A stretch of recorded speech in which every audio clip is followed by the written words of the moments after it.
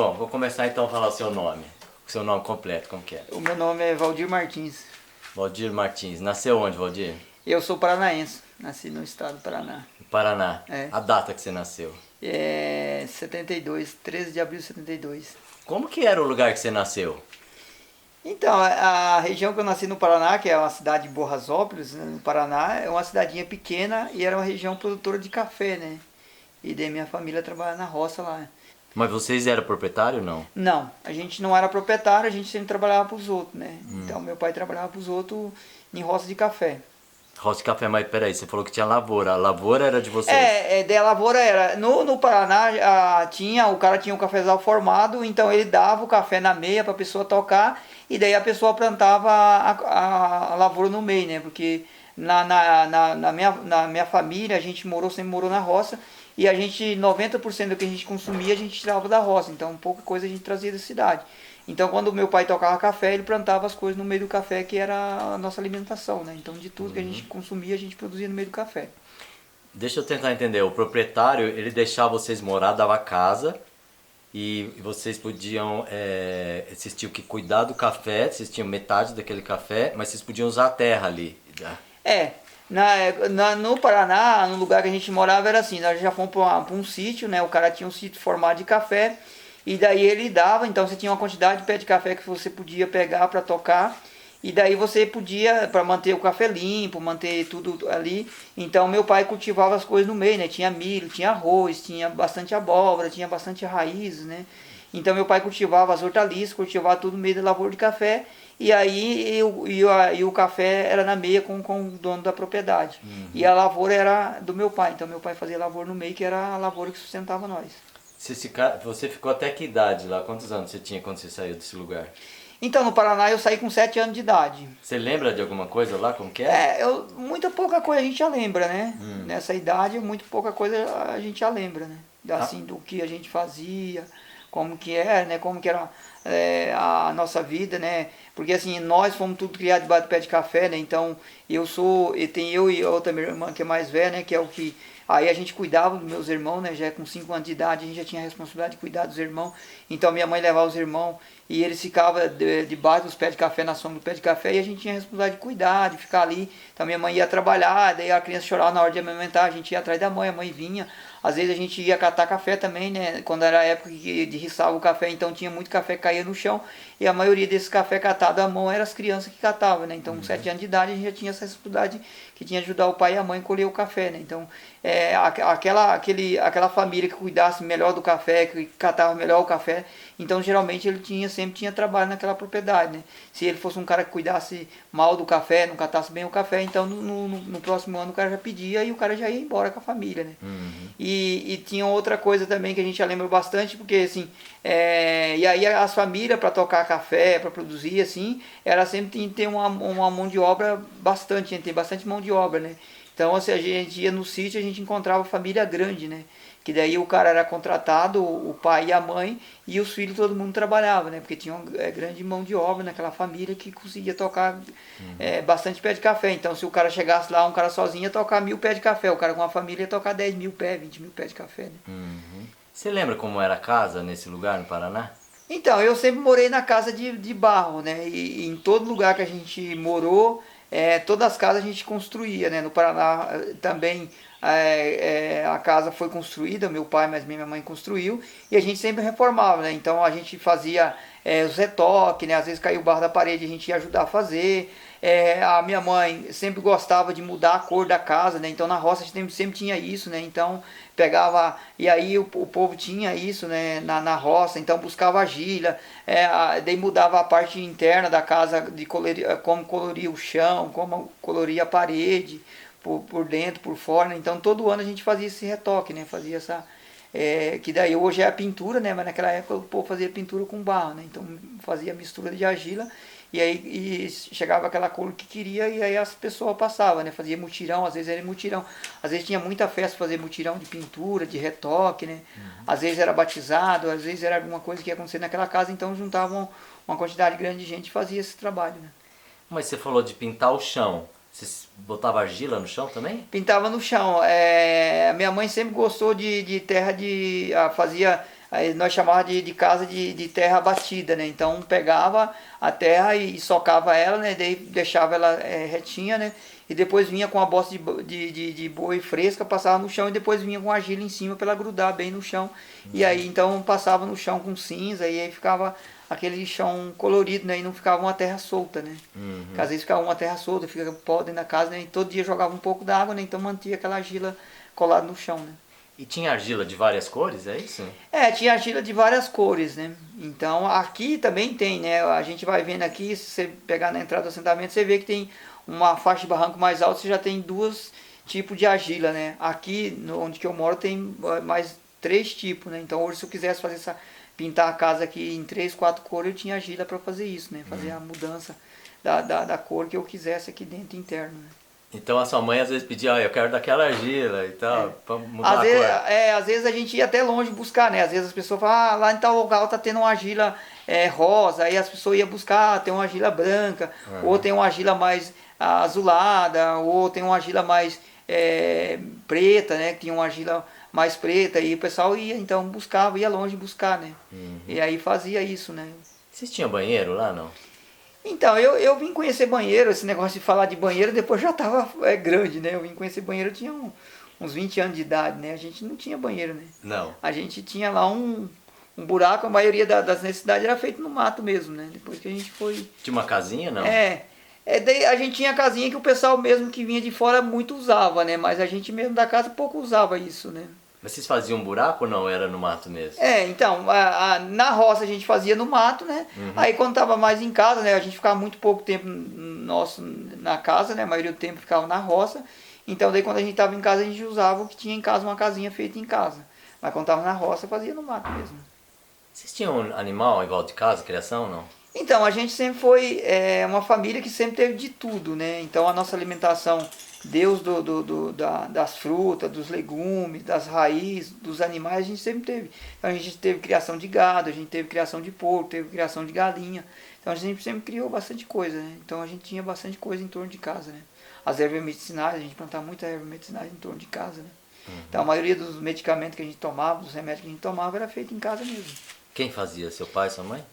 Tinha, o meu pai e minha mãe fazia, mas tinha muita pessoa de idade também que tinha, né? Às vezes a gente ia na casa da pessoa, a pessoa dava um remédio, além de ele dar o remédio, às vezes a pessoa dava muda, dava semente para a gente poder passar a utilizar e consumir aquele remédio. Então a gente tinha muitas ervas que a gente colhia, né? Que a gente recebia muda, a gente tinha a muda feita em casa mesmo.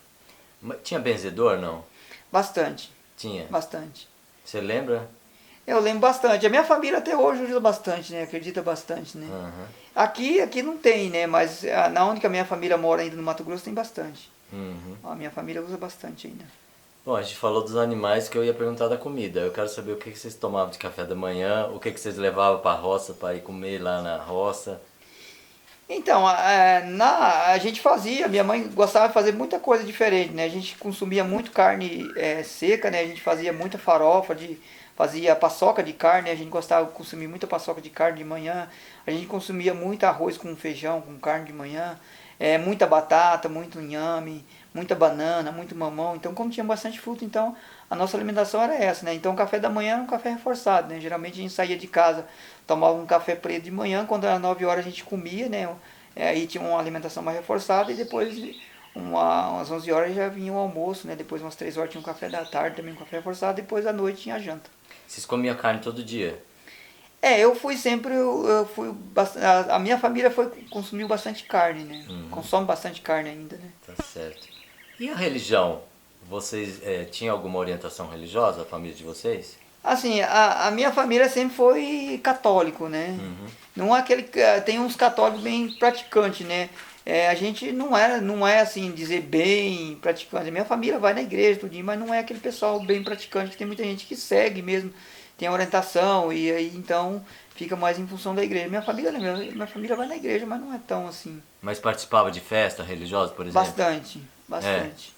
Porque eu fui criado numa região que tinha muita gente, né? Então, assim, o campo brasileiro tinha muita gente. Então, tinha muita cultura religiosa, tinha muita coisa. Então, tinha muita coisa que a gente participava, né? O pessoal gostava de fazer muita promessa. Até hoje, a minha família faz muita promessa, essas coisas. Então, daí tem os cultos que faz, tem as novenas que faz, tem as rezas que faz, né? Então tem as épocas do ano que as pessoas fazem, né? As rezas aí, convida, faz comida, faz essas coisas, então tem bastante ainda. Tá, mas você lembra de alguma festa em especial ou não? Eu lembro São João, né? Uma festa que o pessoal gostava, a gente gostava muito de ir, né? Porque daí tinha muita comida, né?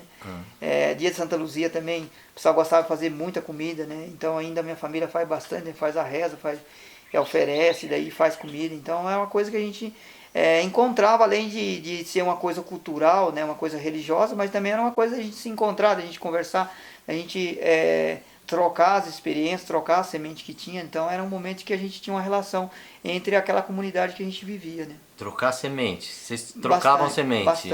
Bastante. Durante a festa era um espaço legal para trocar? É um espaço. Sempre foi um espaço, né? Se for no campo, sempre é esse espaço, né? O cara tem, às vezes, uma espécie que ele está cultivando, ele quer levar, ele quer mostrar, ele quer trocar, né, para o outro, ele quer dar para a pessoa. Então não tinha um preço, né? Então, eu tenho lá uma semente que eu estou lá e vou levar para fulano. Então eu sempre fazia isso, né? Então a gente tinha muita coisa que era disso, da troca, né? E ainda hoje você tem alguma orientação religiosa ou não? Eu ainda vou na igreja, assim, não vou frequentemente, mas sempre quando a minha família vem aqui, ou às vezes a minha esposa, meus filhos querem ir na igreja, a gente vai na igreja católica. Então, quando tem que preencher alguma ficha, pergunta a religião, você escreve o quê? Às vezes nem escrevo, né? Eu não escrevo muito, não né? escreve, tá certo. Já que eu tô perguntando de ficha, quando pergunta profissão, o que você escreve? Então, eu sempre fui um cara que morei na roça, né? E eu me considero como um camponês, né? Nunca morei na cidade.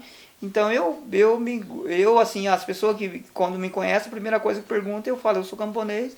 E aí, então, eu gosto que me chamam de camponês. Eu acho que é uma origem legal, uma coisa que dá a origem da pessoa, de onde veio, de onde que mora, como que é.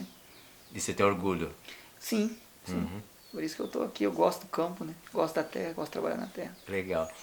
Quando você saiu com 7 anos do Paraná e você foi para o Mato Grosso, seu pai foi fazer a mesma coisa no Mato Grosso ou não? E daí teve, o Paraná teve, saiu de São Paulo, foi para o Paraná teve uma época de crise do café no Paraná, né? Deu muita geada, então teve muito perda do café, teve a época também da baixa do café, então começou a arrancar muito. E aí começou a abrir a fronteira no Mato Grosso, né? Então os caras começaram a abrir o Mato Grosso. E daí meu tio já morava no Mato Grosso, né? E daí meu pai também queria ir para lá, porque daí tinha bastante terra, a terra ainda é uma terra boa de trabalhar. E aí a gente acabou indo para o Mato Grosso para trabalhar lá. E daí tinha um cara que meu tio cuidava da fazenda dele, daí meu pai foi trabalhar pro meu tio lá que estava trabalhando com esse cara. E do que era essa fazenda? Então essa fazenda, o cara, ele dava a terra pra gente derrubar o mato, né? E fazer 4 anos de plantio. E daí quando ia pro 5º ano de plantio, aí já formava em pastagem, entregava em pastagem formada para ele. Então a gente fazia isso. Aí o meu tio era o gerente da fazenda, então aí o 1º e o 2º ano era na meia, né, com o fazendeiro e o meu tio. E daí no 3º ano em diante já era da pessoa que estava produzindo. Aí ele plantava mais 2 anos e daí ele já deixava, quando ia pro 5º ano, já deixava com capim plantado já. Que capim que era? Então na época lá usava muito colonhão, né? Era uma região que o pessoal plantava muito colonhão para gado de corte, gado de leite, né? Mas colonião era para pastagem ou era para Era para pastagem, para pastagem. Pastava direto o colonião, direto. Então. Era os piquetes grandes de pastagem e soltava o gado, né? E você foi na escola, Valdir? Então, na roça a gente não ia muito na escola. A gente ia, por exemplo, no Mato Grosso a gente foi um período, depois não tinha professor, né? E daí começou muito as crianças virem para a cidade, a gente não tinha condições, morava distante da cidade, 18 quilômetros da cidade. Então a gente foi frequentar a escola quando a gente já estava mais de idade, né? Então eu fui voltar, eu estudei um período, depois saí da escola, e aí eu fui estudar mesmo, já tinha uns 14, 15 anos de idade, né? Aí eu fiz até o 2º ano, e depois que eu mudei aqui para São José, eu fiz até o ensino fundamental, ou até o ensino médio. Eu sempre fui um cara curioso, né? E daí como eu saí do Mato Grosso e vim para o estado de São Paulo. Que idade você tinha? Quando eu vim para o estado de São Paulo eu estava com 26 anos de idade. 26. E daí eu vim para o estado e daí eu conheci o Movimento Sem Terra aqui no estado de São Paulo. E aí eu comecei a participar do movimento, e daí como a gente é uma pessoa curiosa, a gente foi se inteirando dos assuntos e a gente foi criando uma forma de comunicação, né? Mas você já era falante assim, não? Eu sou de uma família falante, né? Minha família gosta de falar, sentar com meus irmãos, o finado meu pai. Minha mãe não é tanto, mas meu pai gostava de conversar, então acho que do meu pai tanto contar história, de tanto contar causa, a gente acabou também saindo falante, né? Então lá em casa todo mundo gosta de falar bastante. Oh, agora você tocou num ponto interessante, gostava de contar causa, história. Você lembra algum caos que o seu pai contava que você... Meu pai contava muita história de falar muito que a gente vai vendo que depois é mito, nessa questão do Saci, falava muito da questão da forma de como eles carreavam, né, como fazia as trocas, nessa mudança do estado, então tinha muito caos que contava, né, e a gente as rezas, no lugar que a gente vai também, o pessoal era muito contador de caos, né, então contava muita história, né. Uhum. Então, Eu queria que você me contasse um, Valdir, um só. Uma pergunta, estava sentado aqui do seu lado é o Vitor, né, seu filho. Você conta essas histórias pra ele? A gente sempre conta umas historinhas, né? Como a gente conversa bastante, então a gente acaba contando algumas histórias aí, inventando então você lembra de algum, né? Depois no final eu vou ver se eu lembro de um e vou contar uma. Então vai preparando aí que eu não vou deixar você escapar sem contar um caos, viu? Bom, você falou que saiu com 26 anos do Mato Grosso. O que te moveu a sair do Mato Grosso para vir para São Paulo? Então, assim, eu tinha uma vontade e é um sonho de conhecer alguns estados brasileiros, né? Então, ainda quero conhecer, ainda conheço muito pouco, né? Uma das coisas que eu tenho vontade de conhecer é de a gente conhecer mais os estados, né? E aí eu tive a oportunidade, a minha avó, o meus tio casou, e aí minha avó estava morando sozinha no Paraná, e ela estava precisando de que um neto vinsse morar com ela, porque ela já estava de idade, né? E ela queria que um neto ela queria uma neta para morar com ela, porque ela já tinha um neto que ela tinha pegado para criar, que morava com ela, e ela queria uma neta. E daí nenhuma das netas dela quis vir morar com ela, daí eu falei, eu vou lá, posso ir lá morar uns 2 anos, até que alguma das meninas decide querer ir morar com a avó. Era capital isso aí, São Não, Paulo? na roça, no Paraná, lá em Ortigueira. Era na roça. Na Pedra Branca, em Ortigueira. E daí eu saí do Mato Grosso para morar com a minha avó lá em Ortigueira. E daí eu fui para lá morar com ela. Daí ela morava numa chácara, né? Ela e meu primo. E aí eles plantavam as coisas na chácara. E eu falei, eu vou lá morar com a minha avó um tempo, né? Até que alguma das netas dela decide querer ir morar com ela e eu vou lá morar com a minha avó. E daí nisso eu vim, passei aqui no estado de São Paulo, né? Daí tem os meus tios que é assentado aqui em Sumaré, em Campinas, né? Mas eles já eram assentados? Eles já é assentado, eles são assentados, já tem 35 anos de assentamento. Mas né? você sabia o que era esse negócio? Não conhecia. Eu ouvia falar muito de reforma agrária porque eu via muito na Voz do Brasil, né? Meu pai gostava, era muito ligado à rádio, né? Então meu pai sempre falava de reforma agrária, né? E aí era o sonho dele, né? Ele falava que tinha vontade de entrar, de fazer luta pela terra, que tinha vontade de ter um sítio para ele poder criar os filhos e morar. E até no Mato Grosso ele participou também lá de uma ocupação que teve lá, mas depois acabou não dando certo e ele acabou desistindo. E daí eu vim para São Paulo, passei aqui para conhecer meus tios, tinha vontade de conhecer também por parte de minha mãe. E aí eu passei aqui, conheci o assentamento e daí eu conheci um pouco da história do movimento, como que o movimento se organizava, como que era a luta da terra aqui, feito pela MST no estado de São Paulo. E daí eu fui morar com a minha avó lá no Paraná. Daí eu fui para a ideia de morar 2 anos. Eu não consegui ficar lá 2 anos no Paraná, né? Daí estava morando na casa do meu tio e tal. Daí eu acabei não adaptando no Paraná, né? E daí eu falei, vou voltar a morar, vou voltar para Mato Grosso, que a minha mãe tá lá, meus irmãos tá lá e meu pai tá lá, vou voltar para Mato Grosso. Aí voltei e passei, falei, vou passar em Campinas, né? Já vou voltar para o Mato Grosso, passo em Campinas, fico uns dias em Campinas com meus tios e aí eu vou para minha mãe.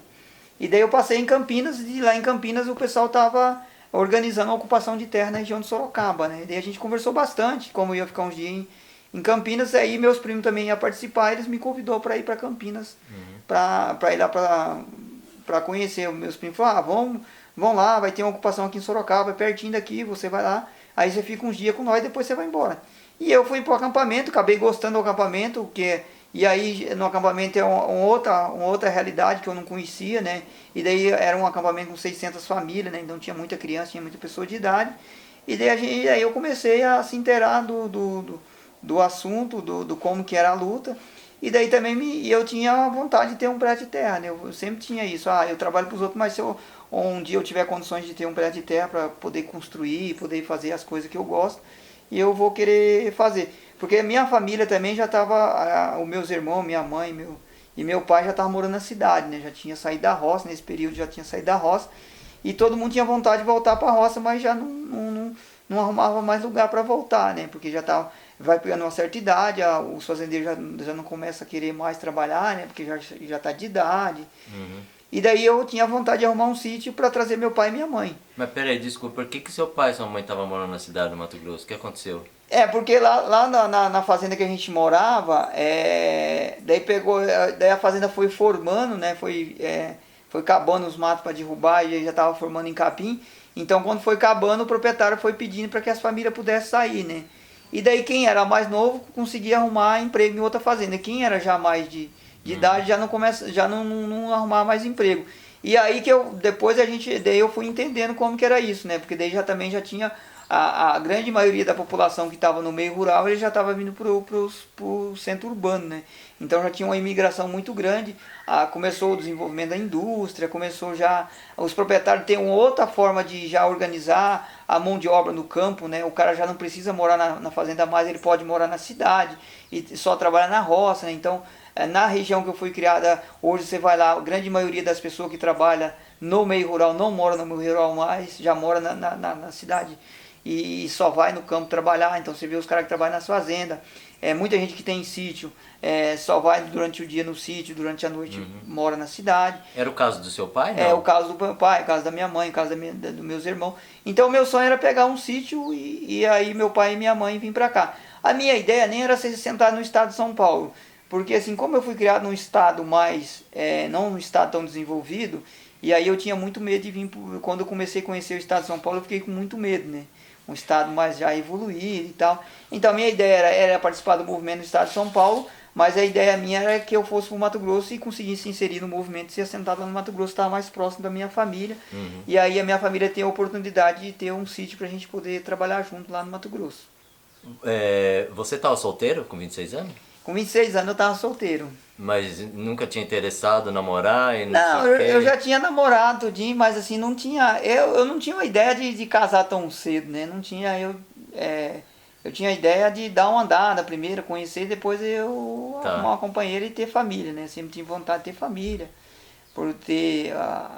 Eu ver meu pai e minha mãe, né? Que tem bastante filho, então meu sonho era ter filho também, ter uma família. E daí então eu não tinha vontade. Depois que eu fui pensando, e aí acabei arrumando família aqui no estado. Tá, mas então você tava lá com seus tios lá em Campinas, né? Seus primos. É lá que a gente tava, né? E você começou a interessar no MST. Vai. Daí lá eu comecei a se interessar, né? Fui para a região de Sorocaba, fiquei lá acampado em Sorocaba. E aí em 97 saiu aquela marcha que o MST fez de São Paulo para Brasília, né?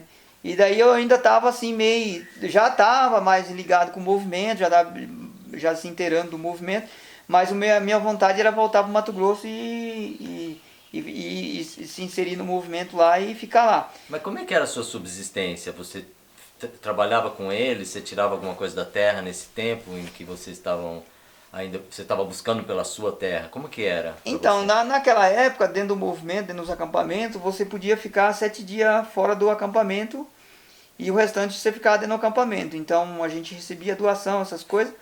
Mas daí a gente, que a gente fazia? Como a gente estava lá e nós estávamos em 8 primos lá no acampamento, o que a gente fazia? Então a gente saía em dupla para trabalhar. Daí a gente vinha para Sumaré, no assentamento de Sumaré, que lá daí tem o meus tios que tem terra, tem 2 tios que é assentado lá, e aí tem as famílias lá do assentamento que sempre precisa de gente para trabalhar. Então a gente vinha no assentamento, trabalhava no assentamento para as famílias no assentamento, a gente pegava uma parte em alimentação e outra parte a gente pegava em dinheiro e a gente voltava para o acampamento. Então a gente sempre fazia isso.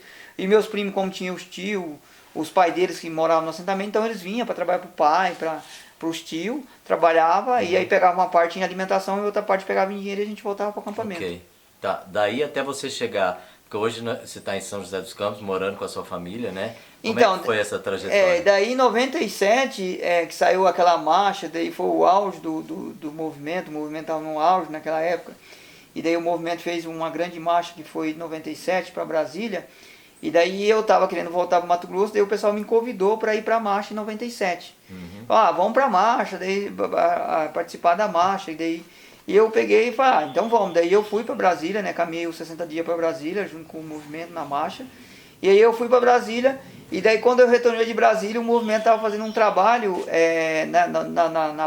na marcha, durante a marcha a gente foi discutindo bastante isso, essa questão da imigração dos camponeses, né, que os camponeses estavam já, a grande maioria, concentrados nos grandes centros, que daí o movimento precisava de fazer um trabalho de base nos grandes centros, né, para que as pessoas que estivessem nos grandes centros, que tivessem vontade de voltar para a terra, que eles tivessem essa oportunidade de se regressar ao movimento, né? E a partir do movimento fazer a luta e ter essa oportunidade de voltar para o campo, né?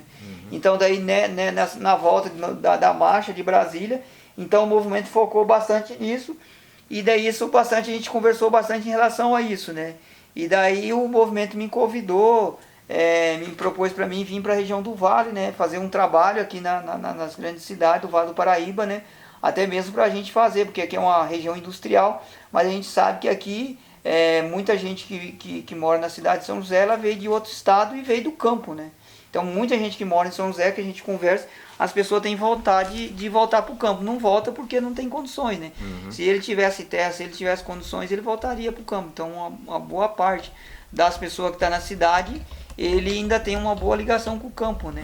Às vezes o feriado que tem, às vezes a folga que ele tem da empresa, ele vai ainda para o campo, então ainda tem a família, às vezes tem muita ligação com a terra. Então muita gente com essa vontade de voltar para o campo. Então daí o movimento começou essa discussão, e eu vim nessa proposta de fazer um trabalho aqui no centro urbano, né? Aí eu vim para São José, e daí a ideia de fazer um trabalho aqui na região, que a região de Sorocaba tinha muita área vistoriada para ser desapropriada, então a ideia era a gente fazer um trabalho aqui e que as pessoas tivessem essa oportunidade de ir lá para a região de Sorocaba. Tá, mas daí vocês iam deslocar pessoas que tivessem interesse daqui de São José dos Campos para ir para lá. Sorocaba, porque lá em Sorocaba tinha os acampamentos, né, e já tinha as áreas lá, então a ideia é de ir para lá. Tá. Uma pergunta, assim, como que vocês aglutinam essas pessoas interessadas? Como é que vocês conseguem mobilizar essas pessoas? Ou informar que vocês vêm para fazer essas reuniões? Como que é isso? Então, a gente chega até as pessoas, a gente vai conversar e falar da questão da reforma agrária, mas né? vocês estão lá em Sorocaba, o negócio é aqui. Então, mas daí eu fui deslocado de Sorocaba para cá, né, para morar na cidade aqui de São José. Ah, você veio morar aqui? Eu vim morar na cidade de São José para poder fazer um trabalho de base aqui.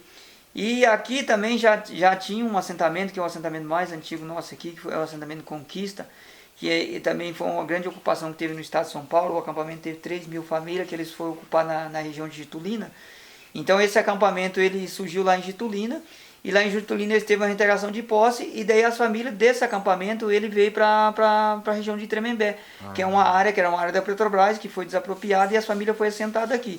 E daí a gente chegando aqui, fazendo um trabalho de base aqui, conversando, a gente começou a ver que aqui na região do Vale do Paraíba também tinha muita terra, que ela tinha muita terra que tinha muita dívida, né, com a União, muita terra que estava ligado às grandes empresas de comunicação, os grupos aglomerados aqui, né? Então você vê o Severo Gomes, é um dos caras que tinha as maiores fazendas no Vale do Paraíba, né? Então a gente acabou vendo que tinha muita terra ansiosa aqui para a reforma agrária. Então a gente começou a fazer uma discussão: por que a gente veio de levar as famílias para Sorocaba, por que a gente não faz um trabalho aqui, faz os assentamentos na região aqui mesmo do Vale.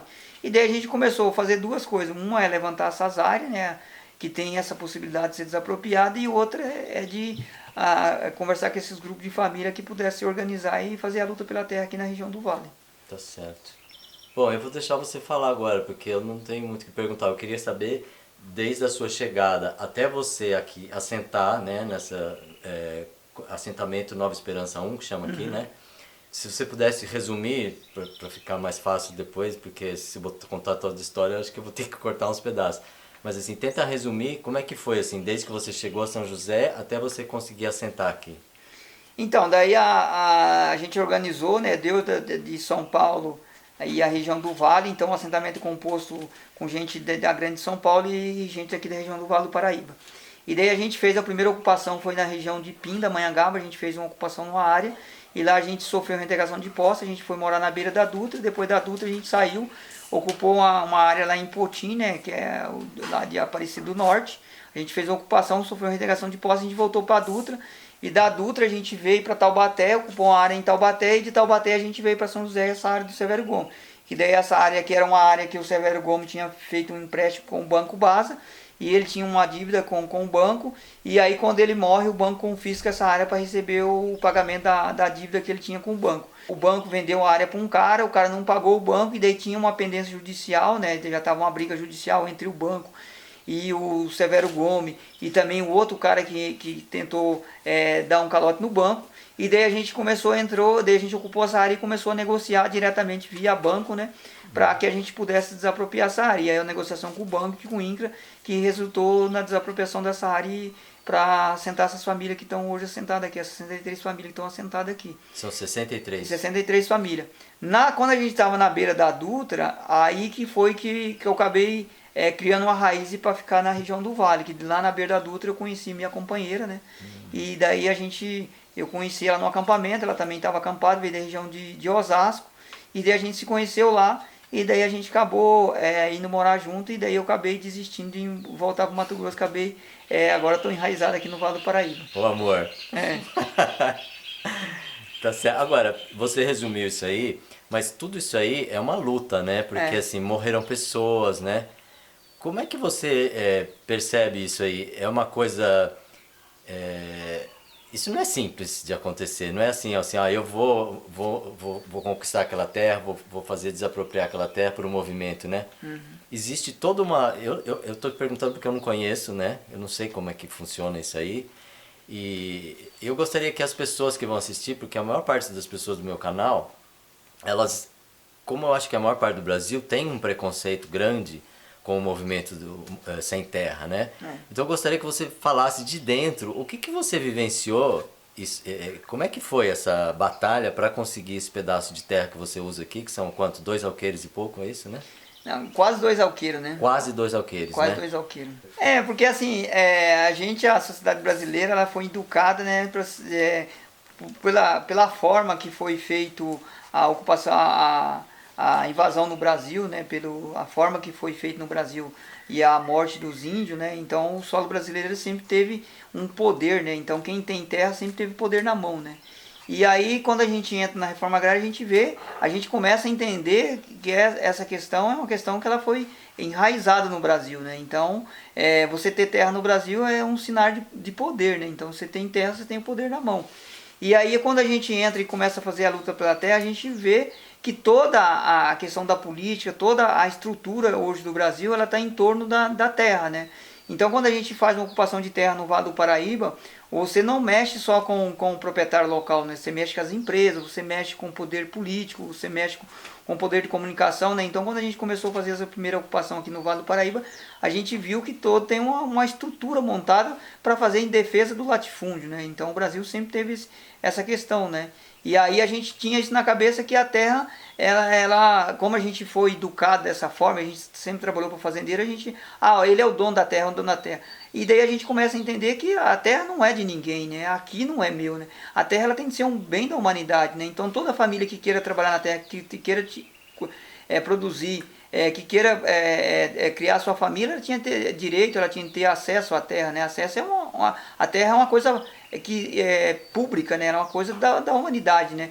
E a gente vê que no Brasil ela vem se enraizando, quanto mais ela vem se concentrando, né? Você tinha os latifúndios, né? Que era o fazendeiro, que era dono, e hoje você tem as grandes empresas, né? Que hoje você não faz mais uma briga pelo fazendeiro local, né? Se você ocupa hoje uma terra que ela tem uma pendência judicial, que ela pode ser passível de desapropriação para a reforma agrária, você vê que tem toda uma briga, né? Que tem todas as empresas por trás para defender o latifúndio e essa concessão da terra que tem no Brasil, né? E aí cada vez mais as famílias vão ficando distantes e cada vez mais difícil de ter a conquista de um pedaço de terra, né?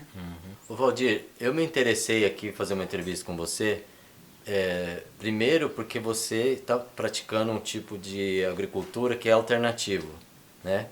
E depois pela sua origem rural, né? Você tem uma história de ligação com a terra, né? E eu queria que você contasse um pouquinho do que é que você faz hoje aqui E como é que você adquiriu essa consciência? Porque quando você chegou aqui, você está aqui quantos anos no assentamento? Então, o assentamento desde 2005, né? Então faz 12 anos que você está aqui. No começo, o que, que você fazia e o que, que você faz hoje? Eu queria que você comparasse as duas coisas. Então, assim, e aí eu acho que a forma de organização minha, a forma de produção, ela é uma coisa que eu já fazia, né? Então eu fui criado num estado que a produção nossa era uma produção orgânica, né? Ela não era a gente não tinha assim, não precisava de ter um certificado para a gente provar que era orgânico ou não era orgânico, porque toda a forma de produção no Brasil era um sistema orgânica, né? Um Quer dizer sistema que agroecológico, então a gente tinha todo um cuidado, tinha todo um manejo com o solo, né? nem no Paraná, nem no Mato Grosso vocês não usavam adubo químico, Não, veneno, não, nada? na época então Herbicida também? nada. E daí depois daí a gente foi e depois quando eu vim para o estado de São Paulo e aí o Brasil começou a entrar nesse pacote tecnológico e daí eu vim para o estado de São Paulo e encontrei uma realidade totalmente daquela que eu vivi no Paraná e que eu vivi no Mato Grosso. Porque daí eu vim para o estado de São Paulo, primeiro o solo já bem desgastado, né? Eu vi aqui, então as coisas que eu produzia no Mato Grosso já não produzia mais no estado de São Paulo, não era mais cultura do estado de São Paulo, né? E aqui em torno das pequenas propriedades a gente já via que era outra forma de trabalho com a terra, então não era aquela que eu tinha aprendido com meus avós, com meus pais, já não era mais. E aí eu comecei a deparar com essa realidade, né? E daí eu comecei a entender também que a minha sobrevivência no campo ela precisava de outra forma de organização, não essa que está sendo implantada no Brasil, né? Porque se a gente vê a forma que o solo brasileiro está sendo utilizado no Brasil, ela cada vez mais ela vai degradando o solo, cada vez vai deixando mais o ser humano degradado. Então eu comecei a entender também, comecei a se inteirar disso.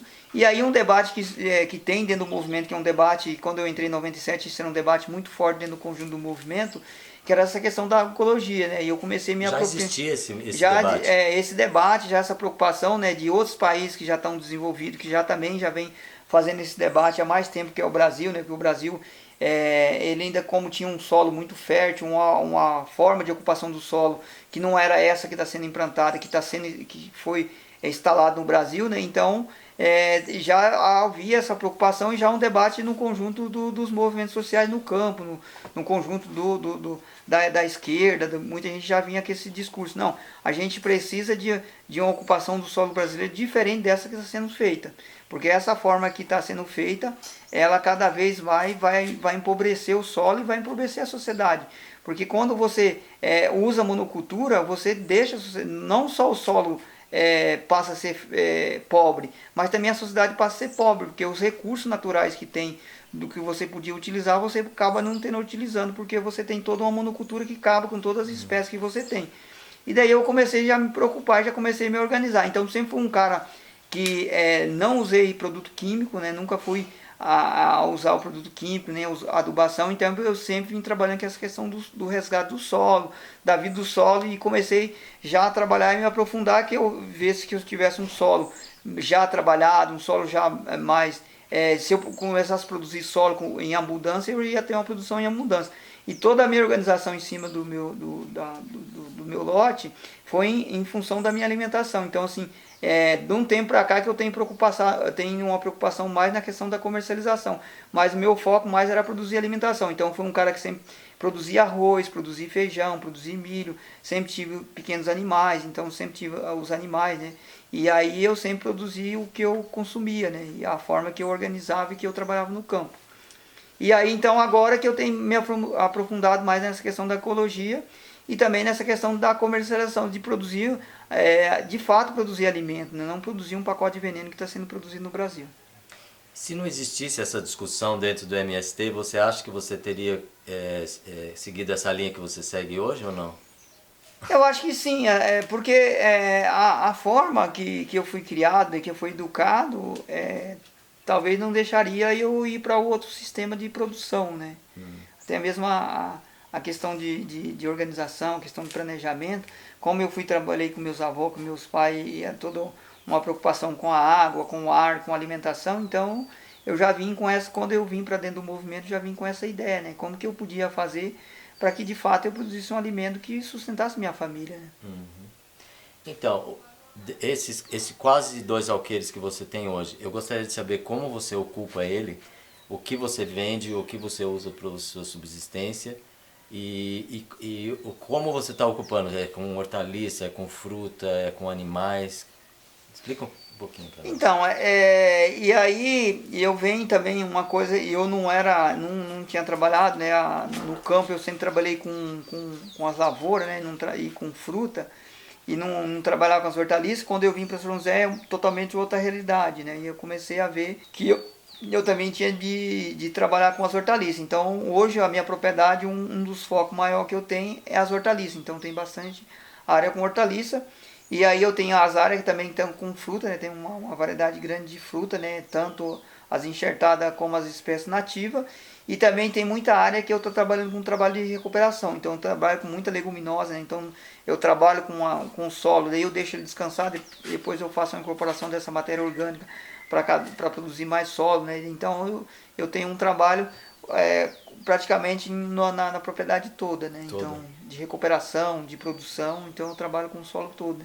E com produção de água, né? Hoje eu tenho trabalho também voltado mais nessa ideia de que a propriedade de fato venha recuperar as nascentes que no passado tinha no sítio, e ele possa produzir água, que tenha água para que de fato a gente possa usar no sítio, né? A gente não ficar tão dependente de água de fora, mas a gente tem a própria água do sítio, né? Aqui o que era antes? Era pasto sujo? Essa área aqui, pelo histórico dela, ela foi uma área produtora de café, e depois ela saiu do café, ela foi produção de leite, né? Então foi uma fazenda que produziu leite, bastante leite, depois ela saiu do leite e ela estava produzindo gado de corte, né? Então o outro cara que era proprietário aqui, ele produzia gado de corte, né? Uhum. E vocês estão dentro daquela legislação que tem que deixar 20% de mata da propriedade ou não? Então, nós é diferente, né? Não é do sítio que deixa, né? Quando desapropria a área, né?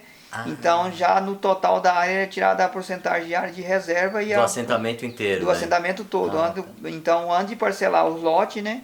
Já tem o parcelamento das áreas de APP e as áreas de reserva. Então já é deixado dentro da... Isso já está no estatuto? Isso já está na desapropriação da área. Então tem uma parte da fazenda que ela é área de reserva e área de APP. Tá certo. Valdir, eu acho que agora então chegou a hora de você mostrar o seu trabalho. Tá, então vamos dar uma andada aí. Vamos dar uma andada? Conhecer o sítio ecológico. Legal, vamos lá então.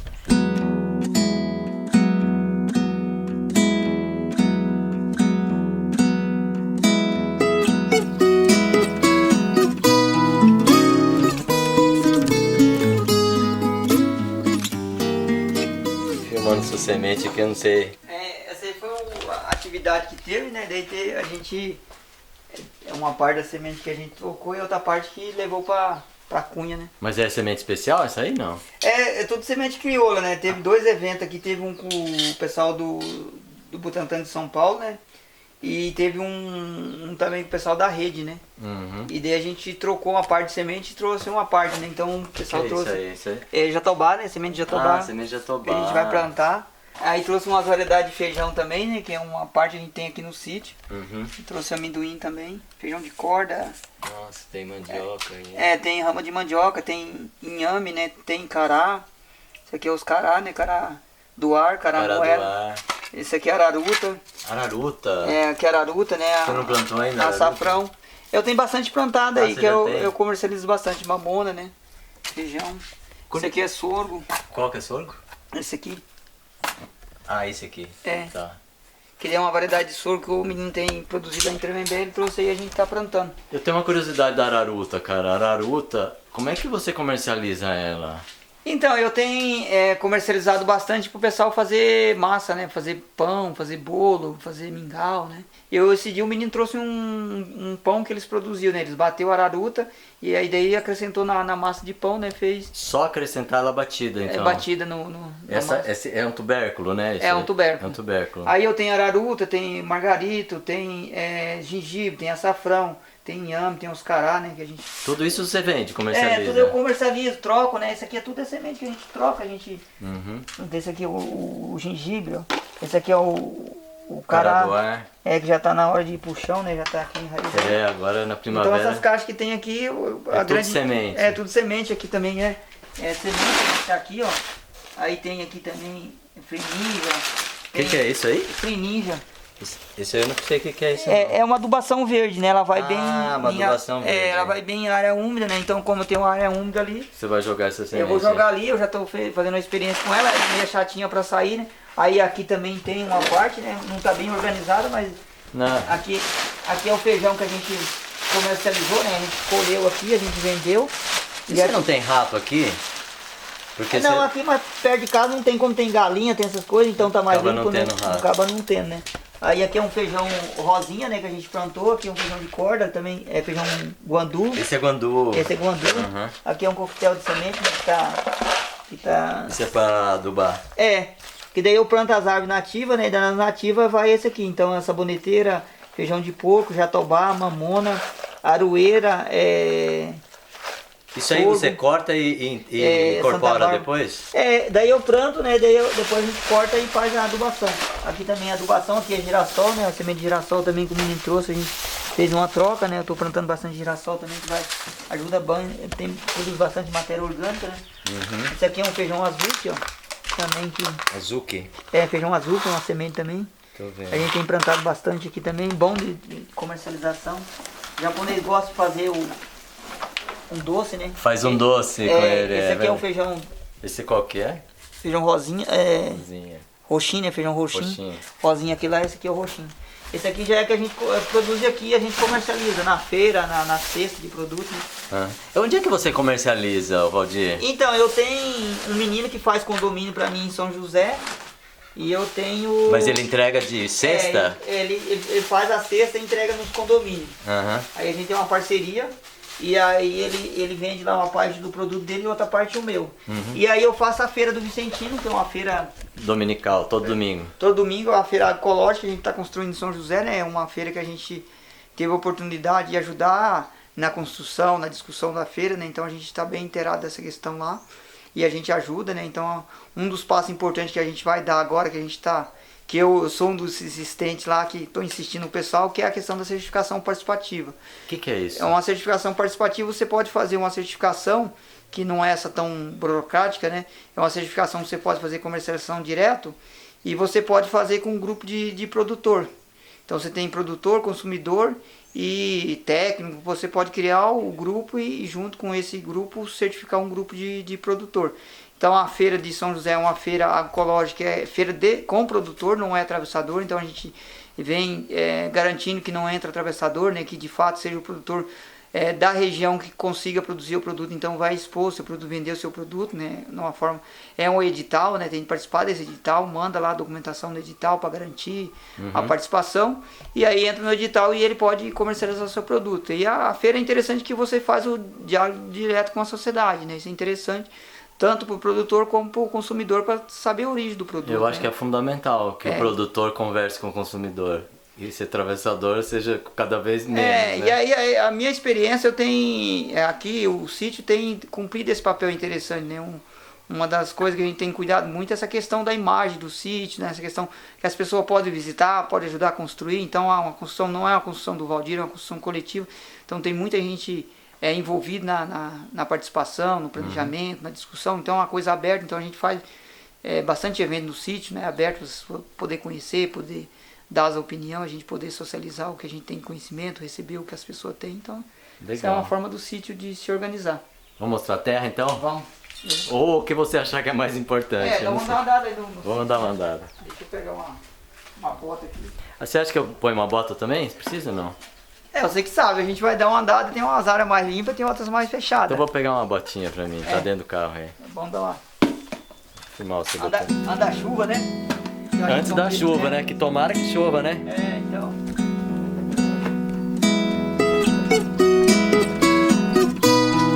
Mas mais tarde eu acho que tá bem sequinho, ó. Você come esse feijão guandu, não? Eu como e eu uso bastante para adubação verde, né? É uma planta que eu tenho usado muito, planta de serviço que eu tenho chamado, né? Porque aqui nós temos um problema da braquiária, né? Muita gente usa o herbicida porque a braquiária é bem agressiva, né? E daí muita gente acaba indo embora, né? Aqui muita gente já morreu, né? Tentando acabar com a braquiária, ele acaba morrendo e a braquiária fica, né? Então, o que a gente tem que tornar a braquiária como aliada, né? Então você tem várias formas de você poder trabalhar com a braquiária. Um é o guandu, você sombreia ele com o guandu, ela não tolera o sombreamento, ela sai do sistema e você tem um guandu que você tem facilidade de manejar, né? Então em algumas áreas que eu estou fazendo com o guandu, e aí beleza. Quando você quer uma quantidade maior de matéria orgânica, você abre o guandu, deixa a braquiária voltar de novo, tem matéria orgânica, você incorpora. Você quer diminuir um pouco a braquiária para você trabalhar mais fácil, você sombreia com o guandu. Então é uma planta boa para trabalhar. É uma planta também... Porque é crescimento rápido. Crescimento rápido. Puxa nutriente lá de baixo. E além dela produzir, ela leva nitrogênio para o solo, né? Que é uma leguminosa, ela também produz comida. Isso que é o interessante do guandu. O guandu, além de você produzir solo, você produzir água, você também pode produz comida com ele. É uma planta muito interessante. Eu gosto de trabalhar com ele. Aceita bem poda, né? Você fazer um manejo nele, aceita uma poda. Ele aguenta no sistema até 5 anos, né?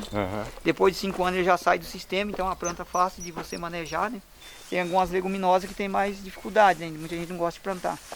Aqui é um sistema de pomar com animais, né? Então aqui tinha lavoura também, saiu e agora tá as galinhas e o pomar.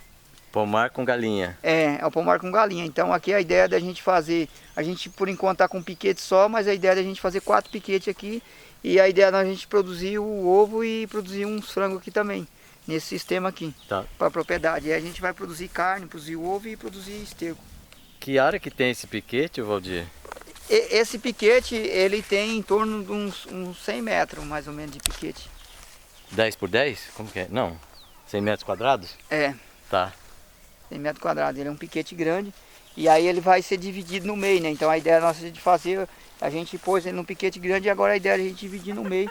Pra gente ter separado, né? As galinhas dos frangos, das galinhas com pintinho, pra gente fazer uma divisão para ter um tratamento, né? E é o bom da galinha que você trata com as hortaliças, né? A sobra da hortaliça você vai tudo para ali, né? Tá certo. E as frutíferas que tem lá? O que você tem de frutífera lá? Ali é um pomar bem mesclado, né? Eu tenho acerola, jabuticaba, manga, bacupari. Bacupari? Caqui. Isso tem bastante. Tem orvalha, tem bastante espécie. Tá, você tem tanto nativa como estrangeira. Tem. E aí eu tenho as nativas e as enxertadas também, né? Tá. E como é que você fez as covas para essas frutíferas, cara? Conta um pouquinho para nós. Então, aqui eu fiz os berços, né? Eu fiz eles de 40 por 40, né? E aqui aqui o caqui também, né? Aqui também é caqui, aqui o caqui já está produzindo. Aqui é um sistema que já foi feito, né? Aqui tinha as hortaliças, também teve lavoura. E agora o foco meu aqui é o caqui que está produzindo. Então eu tenho o caqui produzindo e tem figo produzindo também. E aí tem as espécies nativas também que logo vai começar a produzir. Tá, mas você falou 40 por 40, eu quero saber o que você colocou dentro do 40 por 40. Então eu fiz adubação, né? De plantio. E daí eu usei aqui o esterco, usei cinza, iorim e calcário. A cova. Esses berços que eu fiz tudo eu usei. Então aqui daí eu tenho as espécies que já está produzindo, né? Colocar aqui o figo, né? O figo está aqui, ó. Esse figo também já está produzindo. E aí eu tenho as espécies nativas que também vai começar, logo começa a produzir, né? Então já tem, esse figo já está produzindo, né? Vai para o 2º ano de produção. Ah, você podou ele já, então? Eu podei ele. É um sistema de taça que eu vou trabalhar com ele, né? Então ele foi podado, vai ficar mais fácil de manejar. Você plantou feijão de corda aqui também, não? Aqui tem feijão de corda que tem quiabo plantado nessa área aqui. Tem quiabo também? Então eu não vou pisar aqui, né? Aqui tem quiabo. Tem quiabo, é melhor tomar cuidado aqui. Mas o quiabo ainda não está germinando. E aí tem pitanga também aqui, tem bastante pitangueira dessa que já está florida que vai produzir, né? Então já está... Você irriga isso? Aqui eu cheguei a irrigar, teve quando eu plantei aqui, eu dei uma irrigada. Agora estou sem irrigação, por causa tá chovendo, né? Não estou irrigando. Não está precisando. O feijão não vai precisar de irrigar essas coisas. Aí também tem o cupuaçu, né? Cupuaçu que a gente está tentando também. Cupuaçu, você acha que vai daqui, cara? Vamos ver, né? Então, aí... Isso é da Amazônia, né? Eu ganhei a muda, né? Vamos ver, né? Está tentando aí que ele produz, né? Essa parte de cá também é o caqui, né, que está produzindo, e a banana. E daí a gente plantou o maracujá que deu aquela geada, morreu, agora a gente vai entrar com o maracujá de novo. A parte de baixo já está o maracujá, né, já está ramado, já começa a produzir. E esse aqui a gente vai entrar com o maracujá agora. Tem a banana e o caqui que está plantado também. E aí a ideia produzir. E aí agora vai entrar a lavoura aí, vai entrar milho, vai entrar... Você vai plantar tudo aqui nesse meio? Aqui vai entrar mandioca, vai entrar milho, vai entrar feijão, né, que vai entrar bastante aqui. Eu já plantei uma parte com arroz, uma parte com amendoim, né, que já está plantada aqui nessa área. Uma curiosidade que eu tenho, Valdir, quando isso aí começar a sombrear, como é que faz para as culturas assim? Então, nesse luz? sistema aqui, quando ele estiver no sombreamento, que ele for sombreado, aí a gente sai com as hortaliças e a lavoura, né? Tira aí, isso e passa para outra área. Daí já começa a produzir em outra área. Mas eu tenho bastante coisa que também já estou comercializando daqui, né? Que eu já estou tirando daqui, que daí também é o meu foco, né? Que daí são as hortaliças não convencionais, né? Então, aqui, e aí eu não gosto, às vezes a gente não anda muito na área também, porque muita gente acha que esse aqui é um mato. Esse aqui é uma planta, né? Hoje é uma das plantas mais procuradas que a gente tem, né? Que é o dente de leão, né? Que é uma punk, né? Uhum. Que é pro mal de Alzheimer, um monte de coisa que a gente pode consumir ela. Aqui também tem uma jogome, né? Que tem bastante, tem serraia, tem berduega. Então tem bastante planta que a gente já está comercializando aqui, que é dessa área. Então, como já tem uma quantidade maior de matéria orgânica, aí já começa a surgir outro tipo de vegetação. Então você deixa o mato sair, porque o mato também é útil e rentável. Porque essas hortaliças, essas convencionais, eu vim conhecer agora. Porque a alimentação nossa era essas hortaliças. Então, quando a gente morava na roça, a gente comia muita serraia, muito berduega, muito cariru, muito dente de leão. Então a gente tinha majogome, a gente comia bastante, né? Taioba. Taioba, então é isso que a gente comia. E aí quando a gente vem pra cá, daí agora o Brasil começou a mudar, né? E um monte de hortaliças. Mas que bem que agora tem um monte de gente que já está pesquisando, interessando e a gente começa a comercializar. Então eu já comercializo bastante dessas hortaliças não convencional. Certo. E ela sai bem nessas áreas que tem bastante matéria orgânica, né? Ela vem. Sim. E é uma produção que vem em abundância, né? A gente consegue produzir com facilidade. Aqui eu plantei um arroz, né? Arroz e amendoim, né? Esse aqui é o amendoim que a gente plantou. Você plantou arroz junto com o amendoim? Aí a gente fez um consórcio aqui, 2 carreiras de arroz dupla e uma carreira de amendoim. 2 carreiras de arroz e uma de amendoim. Porque o amendoim vai dar sombra no arroz, né? Que sim, ele toma mas aí o arroz ele já saiu. É o extrato alto, né? E o amendoim extrato Fica baixo. mais para baixo. Então a gente vai ter o arroz no extrato alto e a gente vai ter o amendoim no extrato baixo. E aí não precisa nem da capim, essa né? parte aqui também está sendo manejada e a gente vai entrar com arroz e amendoim também. A gente vai fazer outras áreas também. A gente quer voltar a produzir arroz. A gente já produziu arroz aqui, a gente vai voltar de novo. Então. Uma pergunta. Isso aqui você ara com máquina ou eu tenho um microtrator. Você tem um microtrator? Eu tenho um Tobatinha, que daí é o que me ajuda aí no dia a dia. É o que economiza um pouquinho o braço. E daí a gente vai usando um pouco da tecnologia, né? Aqui era uma área que também foi trabalhada bastante com as hortaliças, né? Sai das hortaliças agora, né? E aí já começa a ir para o outro tipo de produção. Então essa área aqui ela vai produzir o citro, né? Uma parte de citro e uma parte das frutas aí, que as nativas, né? A gente vai produzir bastante nativa aqui. E no meio a gente vai produzir café. Então a gente vai entrar agora, tem umas áreas dessa nova que a gente vai entrar com 1000 pés de café. Café então, aqui? A gente vai começar a produzir café. Então aqui está bem consorciado, né? Aqui a gente tem a pocã, né? Que a gente plantou agora. O ano que vem vai estar produzindo pocã. A gente tem a macadame também, que já está aqui, ó. Você vê que já está aqui do lado. Deixa eu filmar a macadame aqui. Uma macadame. E aí a gente tem a bananeira, né? Que está aqui do lado, que a gente plantou. Aqui a gente tem a grumichama, né? Que também grumichama. A gente está fazendo investimento. Aí tem uma pocã aqui do lado. E a gente tem um cambuci. Um cambuci aqui. E a gente tem aqui do lado um bacupari também, que está aqui, ó. Esse aí eu não conheço, nunca nem ouvi falar. É um bacupari. De onde que é essa fruta? Ela na região do Mato Grosso ela produz bastante, então né? Deve ser cerrado, será? Não é de cerrado. A região que eu fui criado não é de cerrado e tem bastante ela. E aí eu tive a oportunidade de conhecer o seu Zé Ferreira, que é um senhor já que tem 40 anos que está num parque manejando. Lá em Ubatuba? Lá em Paraty, né? Paraty. Aí eu fui lá conhecer ele e daí eu conheci lá, eu vi lá o bacupari, conversei com ele, ele falou, que tiver semente eu te mando. Aí ele me mandou para mim semente e eu fiz 200 mudas e tem 200 mudas de bacupari. Você plantou 200 mudas nesse pedaço seu? Não, tem vários lugares tem bacupari. Então do assentamento? Não, aqui dentro da minha propriedade. Então deixa eu entender, você falou que vai plantar 1000 pés de café nesses 2 alqueires? A gente nessas áreas que está mais fechada, a gente já vai saindo da lavoura e a gente vai entrar com café. Então essa aqui é uma área que vai entrar café. aquela de frente é outra área com café, a outra que está com feijão em cima é café, e a outra que está lá em cima com banana e as árvores nativas vai entrar café também. Então, meu questionamento é o seguinte, parece que você tem uma fazenda enorme pela quantidade de coisas que você está falando, né? Mas eu acho que isso faz parte da filosofia do jeito que você pratica a agricultura, a diversidade, é isso? E a ideia é não ter monocultura, né? Então a ideia é a gente ter uma variedade grande de espécies produzindo aqui, né? No último levantamento que a gente fez, a gente tem mais de 80 espécies já plantadas, né? Aqui na sua área? Na minha área. Eu quero chegar aí em torno de umas 200, 300 espécies na área. Entre árvore nativa, madeireira, frutífera, enxertada e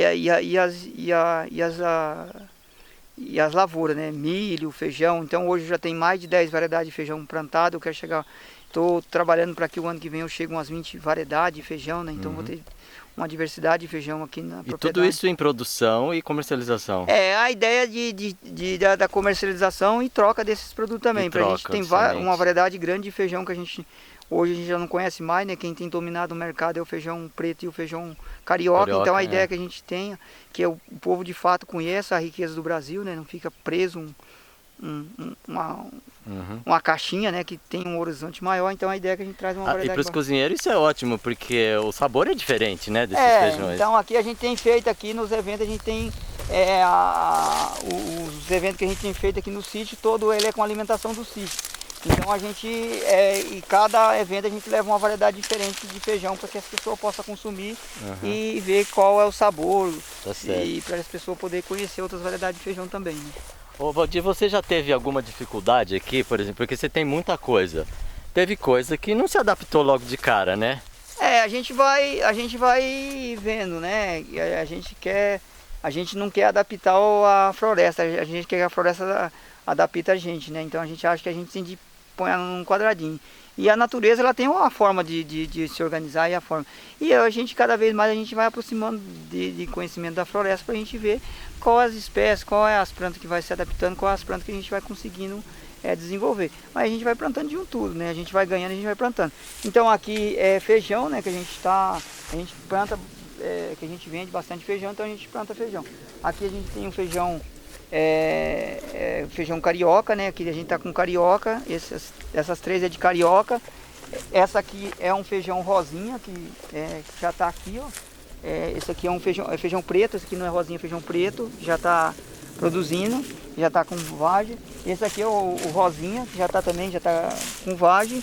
E esse aqui é o feijão jauro também, que já tá com... Então você tem uma leira de cada tipo de feijão, de cada variedade. De cada feijão. E planta milho no meio aí? Então eu tô trabalhando com feijão, né, com extrato baixo.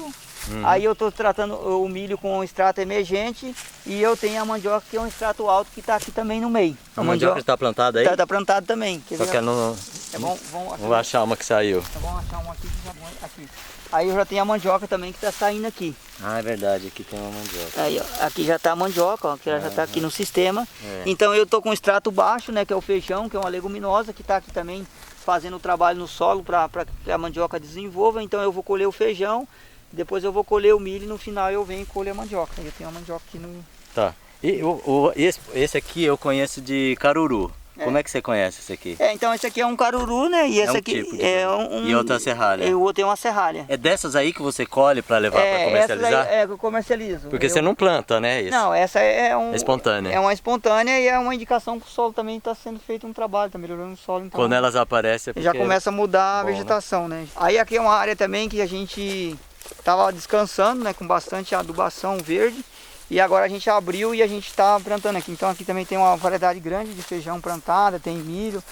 Mas aí a gente achou que ia chover cedo, né? A gente já abriu e plantou. E aí deu aqueles dias de sol, então sentiu bastante, mas a gente já vai colher algumas coisas aqui. O feijão, aí tem mandioca, tem batata, tem um monte de coisa que tá vindo aí. Batata milho, doce. Batata doce. Então batata inglesa você não planta? Ainda não. Ainda não, quer dizer que você quer plantar batata inglesa? Eu vou plantar, é a ideia de plantar. E aqui o mamão, Mato Grosso é uma região que produz mamão lá, você não planta mamão lá, o mamão é nativo, né? Então motivo de saudade você está plantando. Daí eu plantei o mamão aqui, eu já tinha feito uma experiência, uma quantidade pequena, não tinha dado muito resultado. Aí eu falei, vou plantar uma, daí eu plantei 60 pés de mamão aqui, também não foi bem. Os mamão que eu tenho produzido aqui é junto com a banana, então na cova de banana, do lado do pé de banana eu planto um mamão, aí deu certo. Ele produz bem. Mas ele assim, em campo aberto aqui não tem... Eu acho que ele precisa de uma sombrinha, né não? É muito vento, né? Um corredor de vento e dá muita doença, né? Você acha que é vento? É. Então essa área aqui também vai pro café, aqui já tá as árvores, né? Aqui foi feito de semente. Então tá ali a pocã, né? Aqui foi feito um coquetel de semente que tá aqui, ó. Aí aqui, jatobá, guarandi, um aroeira. E aí daí tem umas espécies que a gente juntou aqui. Agora deixa eu te perguntar uma coisa.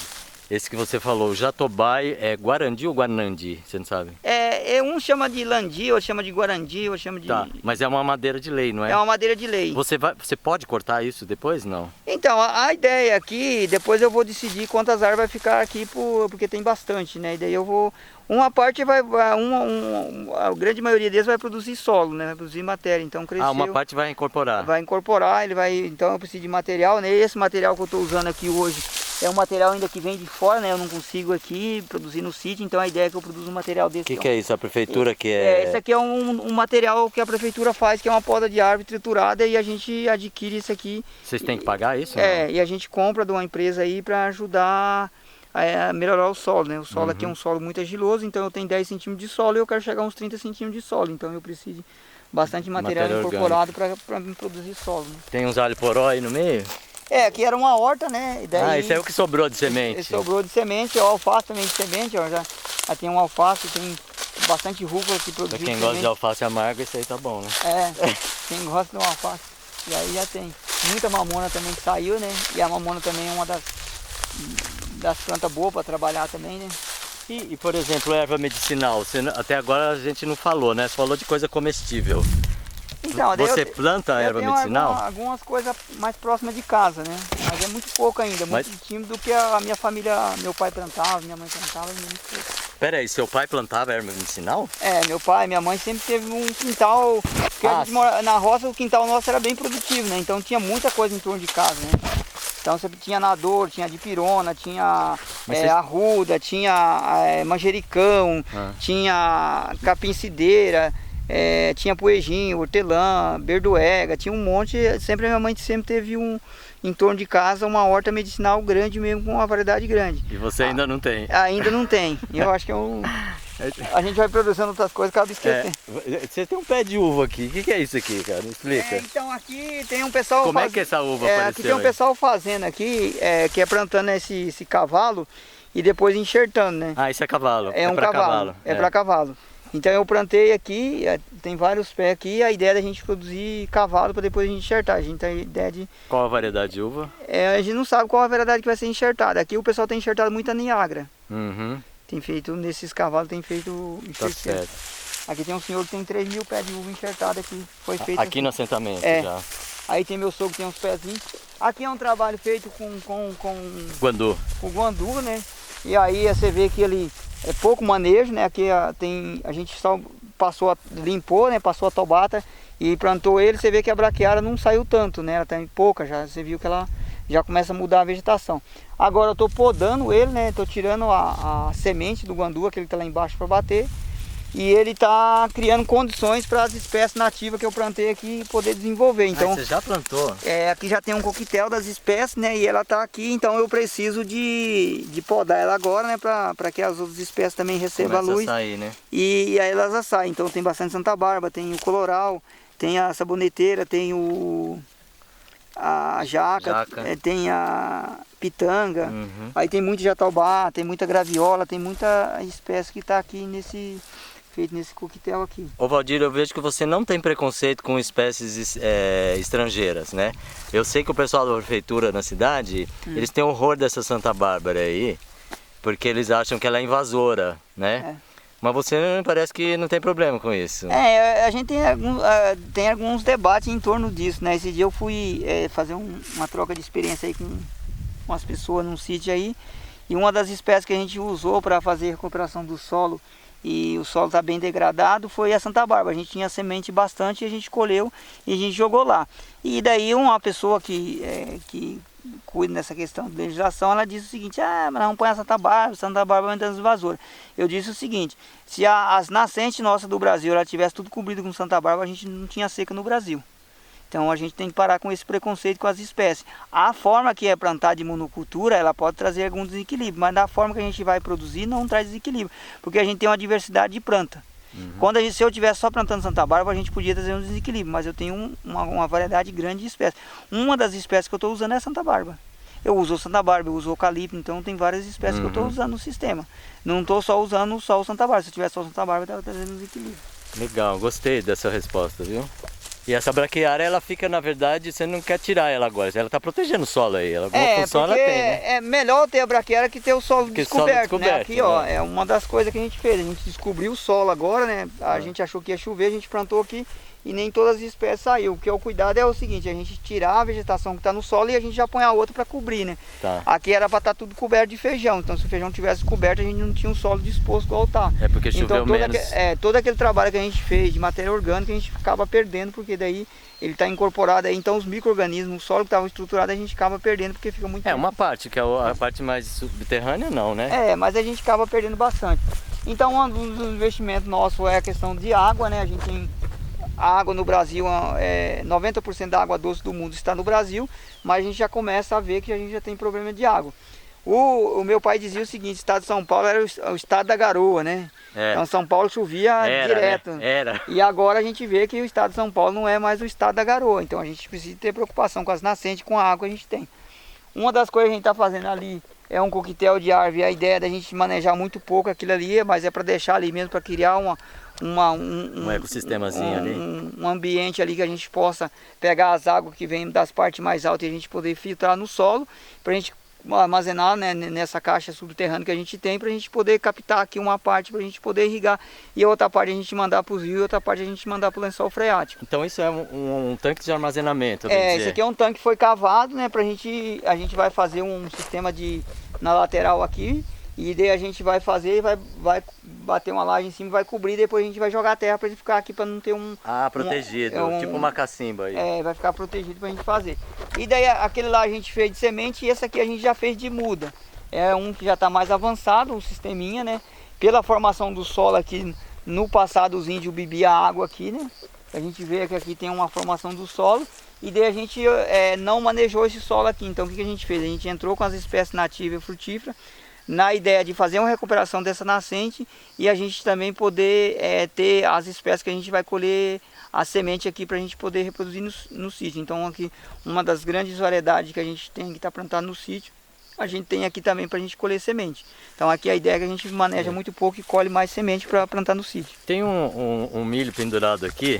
O que é isso aqui? Por que você deixou esse negócio aí? Então aqui é quando a gente colheu do lado do feijão, aqui tinha umas espigas de milho, a gente colheu e acabou deixando aqui. Não, tá, mas não é simpatia, não é nada. Não. Essa é umas não espigas. É para atrair nada. Aí tem um menino que trabalha comigo, ele vem trabalhar, ele acha as espigas de milho, ele descasca e vai deixando aí. E vai pendurando. Vai pendurando. Então essas aqui, que já tá plantado, foi daqui, né? Dali do outro lado que tinha um milho caído, ele pegou.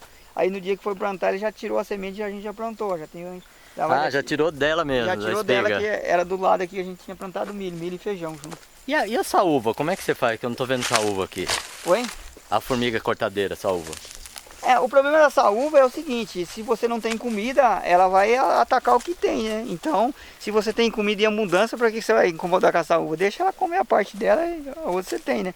Então, como a gente tem bastante coisa aqui, eu vejo muita gente aqui que fica desesperado por causa da saúva. Eu aqui não tem problema com saúva, você pode andar aí, as plantas minhas tá aí, tá se desenvolvendo, e eu não tenho usado nada para saúva. Você fez alguma... E tem formigueiro aqui, tem cupim, tem formigueiro, tem carreiro de formiga.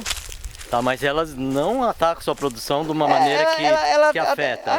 Não é porque assim, se você tem só uma monocultura, você tem só um tipo de inseto, né? Por exemplo, se eu tenho só feijão aqui, eu vou ter só um tipo de inseto que vai comer o feijão. Como eu tenho uma biodiversidade aqui, então eu tenho uma variedade de insetos. Além de eu ter a formiga que vai comer, mas também vai ter os insetos que vai comer a formiga. Então a gente acaba tendo um equilíbrio aqui na área toda e não tem problema. Você nunca teve que fazer nenhum controle? Não, aqui não tive nenhum controle. E se tiver, você sabe algum método que não seja... O que eu tenho trabalhado com o pessoal, a gente tem feito algumas coisas aí em solo muito degradado, né? A gente tem usado a batata doce, né? Porque a rama da batata doce, ela quando você tira a folha ali produz um leite, né? E aquele leite ele produz um fungo, que esse fungo ele acaba matando o solo da formiga, né? Então ela acaba não reproduzindo, porque ela acaba, o grupo dela vai diminuindo. Mas né? e como que faz para levar esse fungo para dentro do formigueiro? Ela carrega? O que a gente faz? O que eu tenho indicado é o seguinte: você descobre onde está o formigueiro e planta batata doce lá no formigueiro. Em roda do formigueiro? Planta lá a batata doce. Você vai produzir batata doce e a formiga ela vai adorar da folha da batata doce e ela vai fazer esse controle. Outra espécie também que é boa para fazer o controle é o gengilim. Você planta o gengilim também.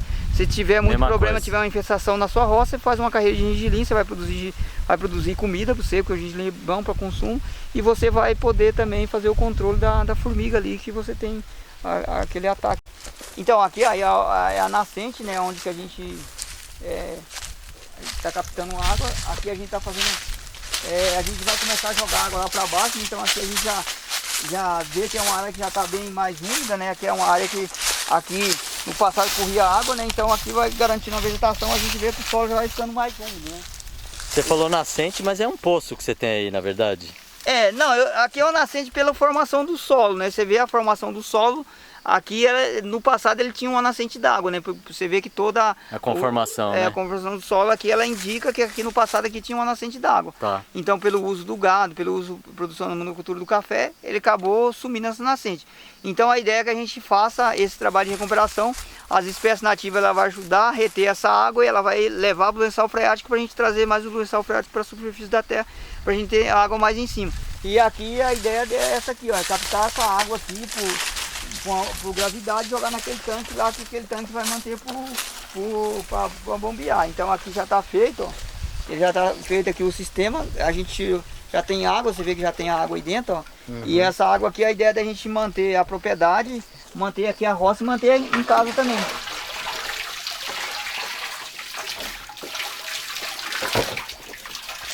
Tá vendo? Já tem a água aqui, já dá, ó. E ela vai produzir uma água boa, porque é uma argila, né? A hora que ela começar a limpar, né? Puxar, né? É. Então ela vai ter água limpinha aí que a gente vai poder utilizar. E a água que a gente usa lá em casa é a água assim também que a gente capta ali de cima. Tá, ô Valdir, você está falando muitas coisas aqui que a maioria das pessoas consultaria um técnico, procuraria estudos para fazer. Você faz na tua intuição ou você faz alguma análise de solo, alguma coisa? Como é que é? A questão da água? Não só da água, mas assim, do que você vai incorporar, por exemplo, num berço de frutífera. Você faz pela sua cabeça ou você consegue? Não, aqui eu tenho, como o solo tá bem degradado e aí eu preciso fazer correção, né? Então eu faço análise de solo. Aí eu tenho recorrido a um técnico e feito essa análise de solo para mim também não ficar jogando avulso, né? Então eu faço essa análise e aí eu venho aplicando, fazendo a correção do solo para que ele precisa, né? Mas você faz do jeito que ele fala? Ou o calcário eu sigo uma análise de solo, né? Mas daí a matéria orgânica também que ajuda a fazer essa recuperação, aí eu jogo à vontade. À vontade. Porque daí a gente consegue muito mais rápido fazer essa recuperação. Então a área que eu pedia só 7 toneladas de calcário, eu joguei 1 tonelada de calcário e com a matéria orgânica hoje está pedindo para me jogar 1 tonelada. Então se eu tivesse continuando jogando calcário, eu tinha que jogar 7 toneladas. Eu não precisei jogar 7 toneladas, eu joguei 1 tonelada. E com o trabalho com a matéria orgânica, hoje já a análise de solo pede para mim jogar 1 tonelada. Então já está dizendo para mim que o trabalho que foi feito nesse solo já foi bom, né? Já foi bom, já fez essa recuperação que ele precisava. Ok. Esses engazeiros aí, você vai colher a fruta? Você espera colher? Então, o engazeiro, uma parte é para me tratar dos pássaros, né? Que tem bastante, já está aumentando. E outra parte é para reproduzir muda, né?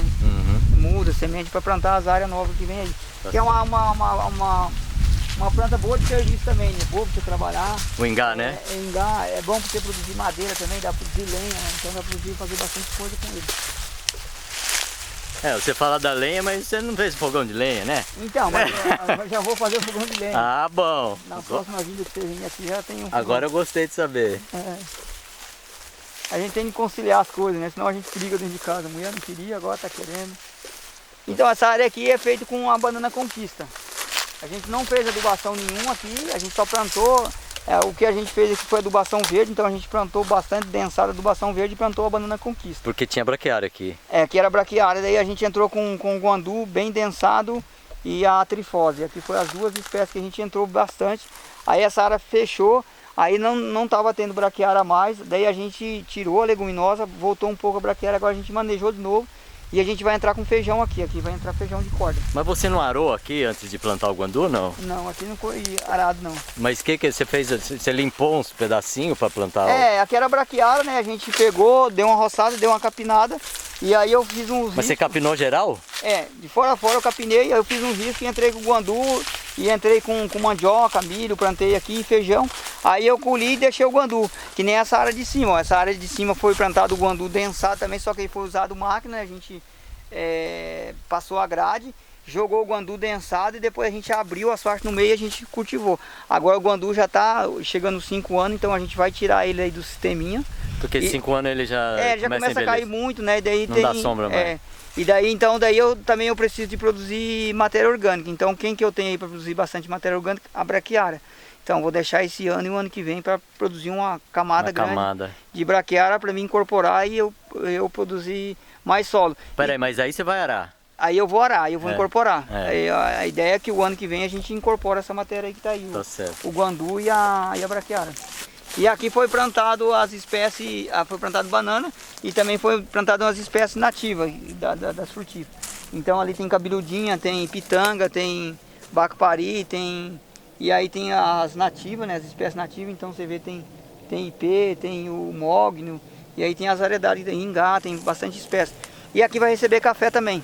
Aqui vai ser café também? Aqui também vai café, o café vai sombreado junto com a banana. Então a gente vai ter, do lado a gente vai ter as espécies nativas com banana e no meio a gente vai ter o café. Aqui já foi plantado um café, só que não desenvolveu bem. A gente acabou tirando ele e agora a gente vai entrar de novo com um café que a gente acha que o solo está melhor. O café não desenvolveu bem, daí a gente tirou, né? Ah, você já tinha plantado? Tinha plantado um café aqui, era para estar tudo café assim formado, mas daí o solo estava muito ruim. Aí a gente acabou optando deixar a braquiária tomar conta e não deixar o café porque estava muito fraco. E daí a gente vai entrar com o café agora. E essa jurubeba, você faz alguma coisa com ela ou deixa aí só? Eu gosto de comer, de vez em quando eu como um punhado e levo para casa para comer, né? Mas você come como assim, natural? Eu gosto de fazer a conserva dela, né? Que eu gosto de fazer ela com pimenta, né? Você faz junto, ela dá um vinagre sabor. Ou limão? Um vinagre, fazer com vinagre, dá uma pré-cozida nela, né? Com vinagre. E aí faz uma conserva com pimenta, com um pepino, fica chique. Fica gostoso. Mas é amargo, né? É para quem gosta de amargo. Isso é bom para ajudar o fígado, né? Isso. Porque o fígado, às vezes, enquanto o fígado nosso fica meio coisado. Agora tem que cuidar do fígado, não tem bebido muito. Quando eu bebia... Não, então você tá cuidando, né? Tô cuidando agora. Tem... Uma das coisas é a jurubeba. E o alecrim tá saindo também, com uma espécie espontânea, né? O alecrim tem saído bastante. E o sapeixe, né? O sapeixe também o sapeixe, tem vindo bastante. O alecrim, então uma das coisas que a gente tem feito aqui também é com o rapaz que está trabalhando com a gente, de a gente fazer uma capina meio seletiva, né? Porque às vezes a pessoa vem carpir e quer levar tudo para areia. Aqui a gente tem essa preocupação de as espécies espontâneas que vem saindo, a gente vai deixando também para a gente ver. Porque é uma das indicativas também do solo, né? Como que está a fertilidade do solo. Tá, mas o alecrim começa a indicar que o solo está tendo uma quantidade maior de matéria orgânica, ele está sendo feito. Então é uma indicação, o alecrim, o sapeixe. Aí a turma fala com medo da braquiária, tem que passar aqui, você vendo? Só o sombreamento aqui, a braquiária já está, ó. Você não tem braquiária, agora deu uma trégua, né? Agora ela vai sair um pouco mais, a gente abriu, né? Mas daí a gente fecha de novo, aí ela fica aí. E a araçá da brudina aí, o que tá araçá. Araçá. Ó. Ali tem um pezinho ali que tá carregado. Pula pra trás, tá carregado. O que é isso aqui? Essa planta aqui eu não conheço. Qual? Essa aqui que tá dando flor aqui. É nativa do mato aí? É uma espécie espontânea também, né? Você sabe o que é, não? Eu não sei o nome dela, essa que eu não sei. Eu não estou muito familiarizado com ela, não. Ela parece um boldo, né? Parece, eu pensei que era aquele boldo baiano, alumã, né? Mas não era. Não era, não. E ela tem saída aqui, e ela é uma planta que cresce rápido, um crescimento rápido, né? E ela tem mais aí. Ela produz uma quantidade grande de matéria orgânica, né? Então você deixa? Eu dei o Jurandir quando vem carpia, a gente está conversando bastante, a ideia é de ir deixando, né? Que daí, pra gente ir vendo também. Às vezes a gente quer trazer muito material de fora, né? E a gente tem material aqui, né? Tem um banco genético muito bom embaixo do solo e a gente acaba não aproveitando, né? Pois é. Então a ideia é a gente ir identificando e vendo essas plantas e a gente acabar... E aí a gente vai fazendo o trabalho com ela, né? Ver qual que é o comportamento dela, né? Como que ela vai no sistema sombreado, como que ela semeia a sombra, se ela vai em sol pleno, né? Mas pelo jeito que a gente tem visto aqui, ela tem saído na sombra também, ela tem vindo muito bem essas espécies. Certo. Então, essa aqui é uma das coisas que eu falei lá embaixo pra você, ó. E aí uma das coisas que eu também tenho brigado muito no assentamento aqui, eu sou um dos caras radical, que são as áreas de reserva, tá vendo? Essa é uma área de reserva que depois que a gente entrou no assentamento, uma das preocupações que a gente teve aqui foi a questão do fogo e a questão dos animais. Uma briga nossa é que as pessoas não metem animais aqui dentro. Então é uma área que ela não tem feito nenhum trabalho e ela tem se recuperado por si própria. Então, imediatamente após a sua cerca? Já é da reserva? É uma área de reserva. Então ela tem muita embaúba que vem saindo, tem muita araçá saindo, tem muito ipê saindo, então tem uma variedade grande. Mas pelo tempo já devia estar uma mata formada aí, né? Mas aqui nós temos uma cultura no Brasil que é muito depredadora, né? Que é o fogo, né? Então a gente tem batido, tem insistido, tem pegado. Se você andar aqui no assentamento e fora do assentamento, em torno do assentamento, você vai ver que tem um monte de coisa queimada, foco né? de queimada. Então se a gente não mudar essa cultura nossa e começar a entender isso, uma área dessa aqui, se deixar ela mais 2, 3 anos, ela vai ter uma área, vai estar totalmente mudada essa vegetação, que tem várias espécies espontâneas que já vem saindo aí, vai indicando que ela vai se recuperando. O problema é que a gente tem o gado, né, que o pessoal quer botar gado, e o outro é o fogo, que o pessoal quer que tudo que vê quer queimar. Acho que o fogo vai limpar e o cara vai produzir, e aí acaba não produzindo nada, né? Ô Valdir, eu tenho feito essa pergunta para o pessoal que está fixado na roça, porque hoje em dia existe um grande interesse, tanto do pessoal que já viveu na roça, quanto o pessoal que nunca viveu e que está na cidade, e de se fixar no campo, de morar na roça mesmo. Você que tem essa trajetória que foi praticamente tudo na roça, né? O que você daria de conselho? A primeira coisa que o cara tem que olhar antes de tomar essa decisão de ir para a roça? Eu acho que primeiro ele vindo para a roça, ele começar a ver a terra de outra forma, né? Não ver como uma coisa privada, né? Porque assim, quando você começa a privar o negócio, você começa a dizer, eu acho que assim, ele tem de ver a terra de outra forma, né? A terra, ele é uma coisa, ele tem de ver a terra de outra forma, ele tem de ver qual é a forma que ele vai se estruturar, qual é a forma que ele vai ver. Muita gente quer vir para a terra, mas não quer trabalhar a terra, não quer coisa. Se vem para não trabalhar a terra, melhor não vir. Tem muita gente que vem só para botar fogo, para fazer um monte de desgraceira na terra, então é melhor deixar a terra sozinha que ela vai se recuperando. Tá, mas vamos dizer, essa pessoa, ela quer viver desse lugar, ela quer tirar o sustento dela desse lugar. Então, se ela quiser viver desse sistema, eu acho que a agroecologia é um dos caminhos. Buscar conhecer a agroecologia e a partir da agroecologia ela se estruturar a sua propriedade, que eu acho que é uma das formas que as pessoas têm de se estruturar, de produzir e de fato produzir um alimento que tenha qualidade, não um alimento de péssima qualidade que a gente consome hoje. Então, você tem a esposa e quantos filhos moram com você aqui? Eu tenho minha esposa e 2 filhos. E 2 filhos. Da onde que vem a sua renda para sustentar essa família? Então, uma boa parte da renda é do sítio, outra parte a gente ainda vem de fora. Como? Então, minha esposa trabalha fora, né? E a outra parte a gente daqui mesmo, que a comercialização. Mas ela tem um emprego fixo, é isso? Não, ela trabalha diarista. Diarista, né? Mas então, e se ela estivesse aqui ajudando você e vocês não tivessem a renda dela, como é que seria isso? Então, a gente sempre viveu daqui, né? Mas daí ela de uns tempos pra cá, ela vem discutindo, eu quero ir pra fora, que eu quero ganhar uma grana, que eu quero ajudar a dar uma estruturada. E ela optou a trabalhar fora e foi trabalhar fora. Por mim, ela não trabalhava fora, nós estaria trabalhando Você acha que economicamente não seria necessário? É mais uma necessidade dela, né? E ela quer criar quer dar uma ajudada, então daí acabou optando em trabalhar fora. Mas acho que dá para nós ir se virando por aqui mesmo. Então, mas economicamente você acha que está elas por elas ou realmente está havendo um incremento na sua renda por causa da... Acaba incrementando, né? Porque é uma grana que entra que também acaba ajudando, né? A gente tem aí ela saiu, a gente já pôs uma outra pessoa, tem uma outra pessoa que trabalha. Aí você tem que pagar, né? Um período do tempo dela, ela trabalha com a gente também, que ajuda. Ela não deixou de trabalhar aqui? Ela trabalha também. Que daí a feira, os dias de folga dela, amanhã é dia de folga dela. E daí amanhã o dia inteiro o dia vai ser corrido. Amanhã a gente vai receber gente e a gente também vai dar uma trabalhada na horta também, porque a gente tem que plantar. Deixar uma parte bem adiantada para plantar, porque dessa semana eu saio, semana que vem eu saio de novo, então é tudo corrida e tem que fazer isso para a gente poder conseguir. Daí amanhã vem um pessoal de São Paulo, né? Fazer o que aqui? Eles estão bem interessados de consumir o produto, né? Então vem conhecer o produto. Conhecer. A ideia, eles têm aqui em Arujá e Guarulhos, e a ideia dele a gente conheceu numa feira em São Paulo, e daí na feira lá tinha todos os estados brasileiros, tinha um monte de banca, e uma das bancas que estava vendendo as punk era a minha, e daí ela ficou bem interessada, ela já consome as punk, e aí ela tá bem interessada nessa de a gente fazer um tipo de parceria. E a gente comercializar uma parte das punk que já produz aqui, e as hortaliças também. Então ela está com a ideia de a gente ver como que a gente pode se juntar essas duas coisas e trabalhar junto. E seus filhos, eles ajudam aqui? Bastante. Bastante? Bastante. Acaba ajudando. A menina hoje, a minha menina é a que faz a parte da comercialização da feira, então ela tem cuidado. Eu já vi ela lá no Vicentino. A feira do domingo, ela que tem cuidado, né? Então, a partir do ano que vem, daí ela já vai tirar a habilitação. A ideia é que essa parte da feira, alguns eventos que ela vai conseguir fazer, né? Então daí é uma coisa também que já vai liberando a gente pra gente ficar mais e cuidar mais dessa questão aí. E a gente poder dar uma trabalhada mais na terra também, né? É isso aí, Valdir. Eu acho que nós já percorremos a propriedade, você já falou legal.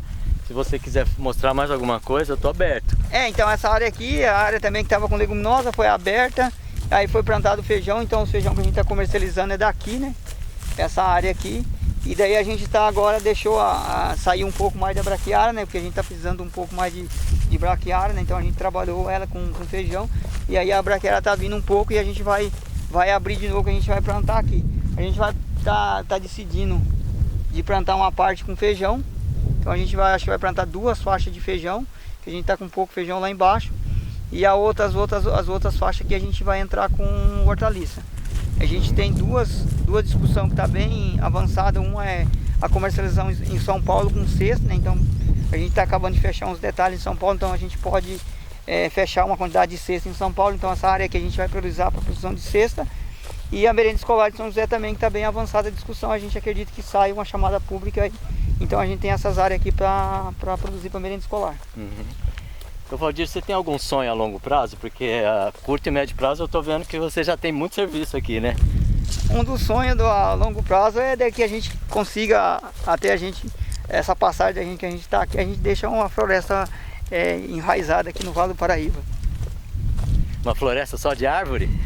É uma floresta que, além de ela produzir água, produzir solo, produzir ar, a gente possa produzir comida também, né? Que as pessoas não vê a floresta só produzindo árvore. A gente vê que a floresta é possível, dentro da floresta a gente produzir comida e produzir comida de qualidade.